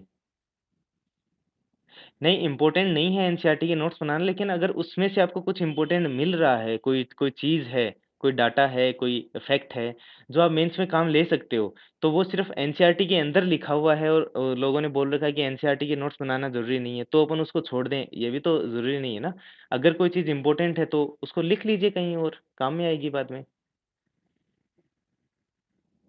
बहुत टाइम मिलता है, बहुत सारा टाइम मिलता है, आपको 4-5 महीने मिल जाएँगे उसके पर्सनैलिटी टेस्ट के लिए और अगर आपका लेट हुआ पर्सनैलिटी टेस्ट, तो 6-7 महीने मिल जाएँगे। आप अभी इंटरव्यू का पर्सनैलिटी टेस्ट का सोचिए ही मत। हाँ, न्यूज़पेपर में शुरू में बहुत टाइम लगता है। शुरू में आपको 3 घंटे भी लग सकते हैं, तो ऐसे इरिटेट मत होइएगा कि मेरे को ये कितना टाइम लग गया, है ना? सबको ही लगते हैं। धीरे-धीरे आपको न्यूज़ स्पेसिफ़ाई करने की आदत पड़ जाएगी कि हाँ, ये चीज़ इम्पोर्टेंट है और ये चीज़ इम्पोर्टेंट नहीं है। तो फिर उनको छोड़ दीजिएगा वैसे ही। मतलब वो छूटने लग जाएँगी अपने आप, आपको पता चल जाएगा कि क्या आपके लिए इम्पोर्टेंट है, वो न्यूज़पेपर में अपने आप पढ़ने लग जाओगे। तो न्यूज़पेपर धीरे-धीरे प्रैक्टिस करोगे तब जाके आपको 2-3 महीने तो शायद लग जाएँगे कि आपको पता चलने में कि क्या आपके लिए इम्पोर्टेंट है न्यूज़पेपर में।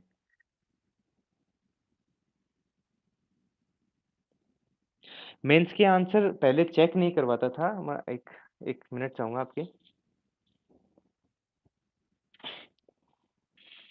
मैं जैसे वेबसाइट्स हैं, दृष्टि आईएएस की वेबसाइट है, इनसाइट्स की वेबसाइट है, इन पर वो क्वेश्चन्स डालते हैं डेली के, है ना?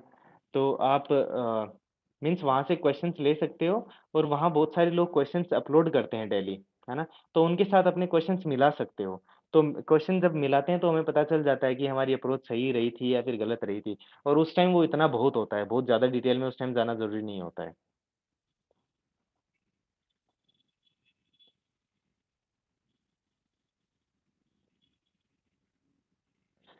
देखिए, आपका जो भी आपकी लाइफ में हैं, अब कनिष्क कटारिया जी ने बोला था कि उन्होंने सपोर्ट किया, है ना? मेरे साथ भी ऐसा ही था कि मैं भी एक रिलेशनशिप में हूँ बहुत सालों से। उन्होंने बहुत सपोर्ट किया, है ना? तो अगर आपके पास आपकी लाइफ में अच्छा लाइफ पार्टनर है, तो आपको ज़रूर हेल्प मिलेगी।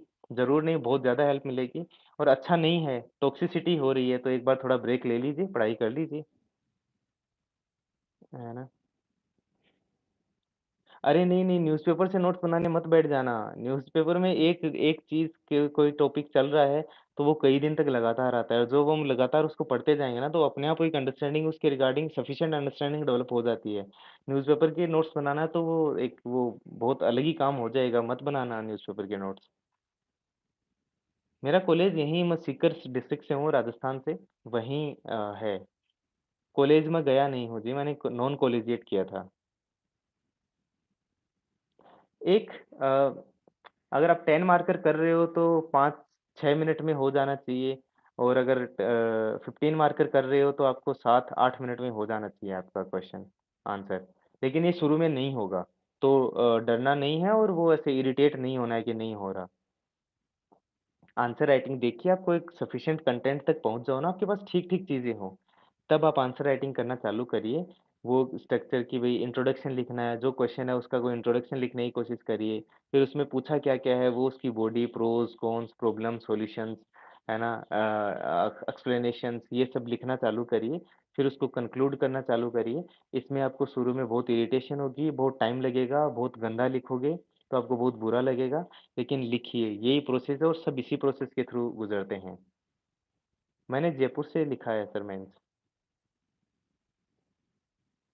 नोट्स मंथली मैगज़ीन आजकल पीडीएफ फ़ॉर्म में आती हैं, तो आप लैपटॉप में उसको उनको हाइलाइट कर सकते हो। नोट्स बनाना चाहो तो मंथली मैगज़ीन के नोट्स बना लीजिए, पर न्यूज़पेपर के नोट्स मैं तो रिकमेंड नहीं करूँगा और आपको अगर इसमें कंफर्टेबल फ़ील हो रहा है तो आप देख सकते हो। इंग्लिश लैंग्वेज परफेक्शन की कोई ज़रूरत नहीं है। हम यहाँ किसी क्या बोलते हैं किसी इंग्लिश लेक्चरर की एग्ज़ाम देने नहीं जा रहे हैं। हमें बहुत बेसिक सी वो चाहिए मीन्स इंग्लिश पर पकड़ चाहिए कि हम सिंपल लैंग्वेज में हमारा जो व्यूज़ हैं उनको एक्सप्लेन कर पाएँ, बस। इससे ज़्यादा और कुछ नहीं है ना? यही सिंपल लैंग्वेज लिखनी वहाँ होती है मेंस में और यही सिंपल लैंग्वेज में इंटरव्यू में बोलना होता है। ज़्यादा वो इंग्लिश जार्गन्स यूज़ करोगे ग्रामेटिकल तो फिर नंबर ही कटते हैं। क्योंकि वो एग्ज़ामिनर्स बैठे हैं, ज़रूरी नहीं है ना कि वो बहुत इंग्लिश में चैंपियन हैं। तो फिर उनको समझ नहीं आएगा तो फिर वो नंबर काटेंगे।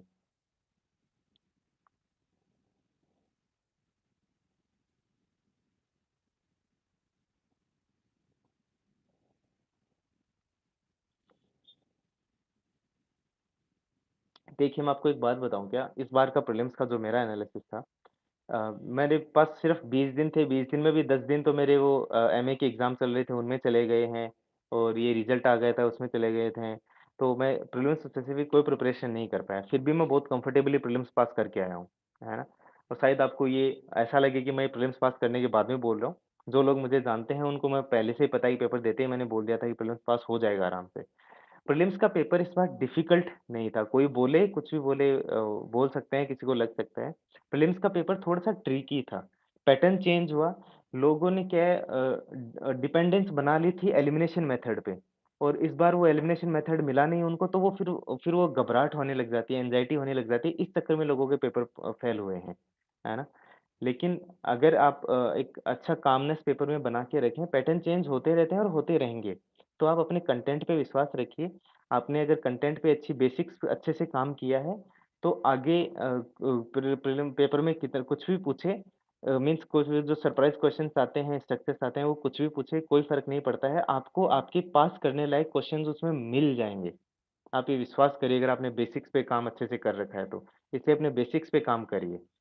बेसिक्स मतलब अगर आपको कॉन्स्टिट्यूशन से कुछ पूछ लिया और वो आपको नहीं आता है, तो आपके बेसिक्स खराब हैं और आपको बेसिक्स पर काम करने की ज़रूरत है।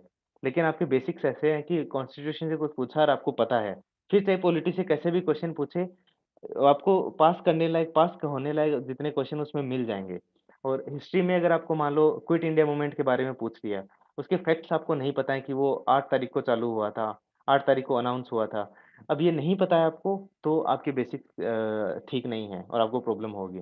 तो अपने बेसिक्स पर काम करिए, फिर कोई भी कैसा भी पेपर आए, आपको वो पेपर पास होने लायक क्वेश्चन्स उसमें मिल जाएँगे उतने क्वेश्चन। तो ये बस विश्वास रखिए, अपने बेसिक्स पर काम करिए। मुझे आईआरएस मिलेगी जी।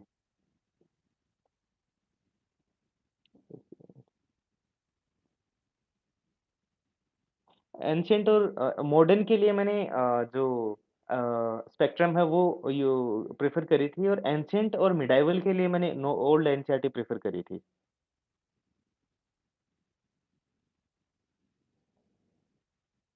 नो इश्यू अभी आपके पास टाइम है 2024 का अटेम्प्ट आ रहा है, उसके लिए अच्छे से टारगेट करिए, अपने बेसिक्स पर काम करिए, फिर पेपर का पैटर्न कैसा आता है, क्या आता है, कुछ नहीं आता है, उन चीज़ों को अपने दिमाग पर हावी मत होने दीजिए, प्रीलिम्स पास हो जाएगा।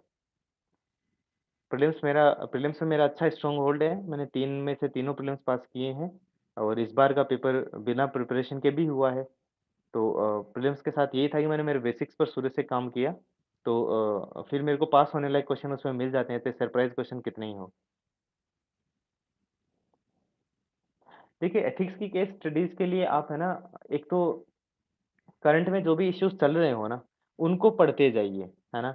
और न्यूज़पेपर में कि उनके सॉल्यूशंस बता रहे होते हैं प्रॉब्लम जैसे थोड़े दिन पहले बहुत सारे आर्टिकल्स द हिंदू में जो ये मीन्स स्ट्रीट डॉग्स होते हैं, इनके इश्यूज़ जो चल रहे हैं मतलब ये बच्चों को 1 11 साल का बच्चे को हैदराबाद में मार दिया था। एक केरला में 14 साल के बच्चे को कुत्तों ने स्ट्रीट डॉग्स ने काट-काट के मार दिया था, है ना?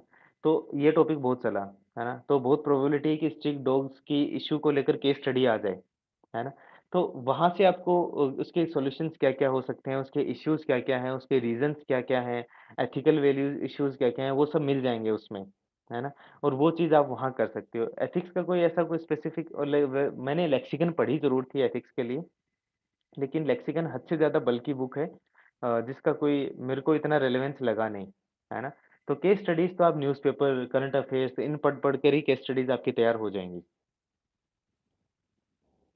नोट्स बनाना बहुत ज़्यादा इम्पोर्टेंट है मेरे ओपिनियन में तो, क्योंकि ज़रूरी नहीं है ना कि आपका सिलेक्शन फर्स्ट अटेम्प्ट में हो जाएगा, है ना? हो सकता है कि आपका सिलेक्शन आप 5वें अटेम्प्ट में जाके हो, तो अगर आपने नोट्स नहीं बना रखे हैं ना, तो 5 अटेम्प्ट तक आप किताबें लगातार नहीं पढ़ पाओगे।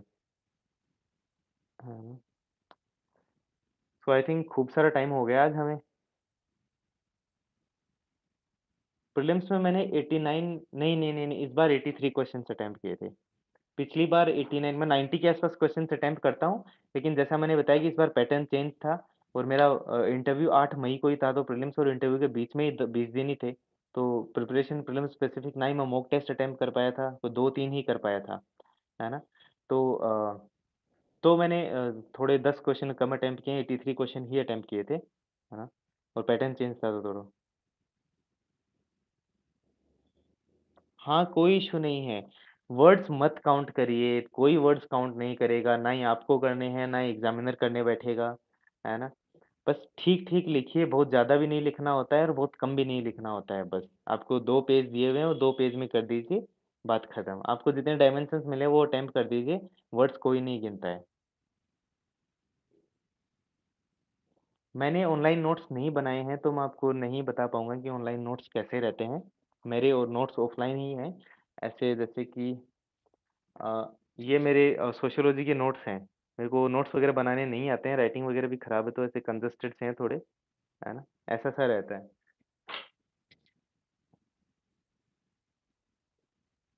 My notes are not available on any platform right now. Just let me write my mains first, then I'll try to share my notes with you people. अभी 2 महीने हैं तो इनको स्कैन करने में अभी इतना टाइम नहीं है। तो अभी मेंस लिखने के बाद में मैं कोशिश करूँगा कि शेयर कर दूँ। हाँ, थैंक यू। तो चलो आज वाइंड अप करते हैं। Thank you so much.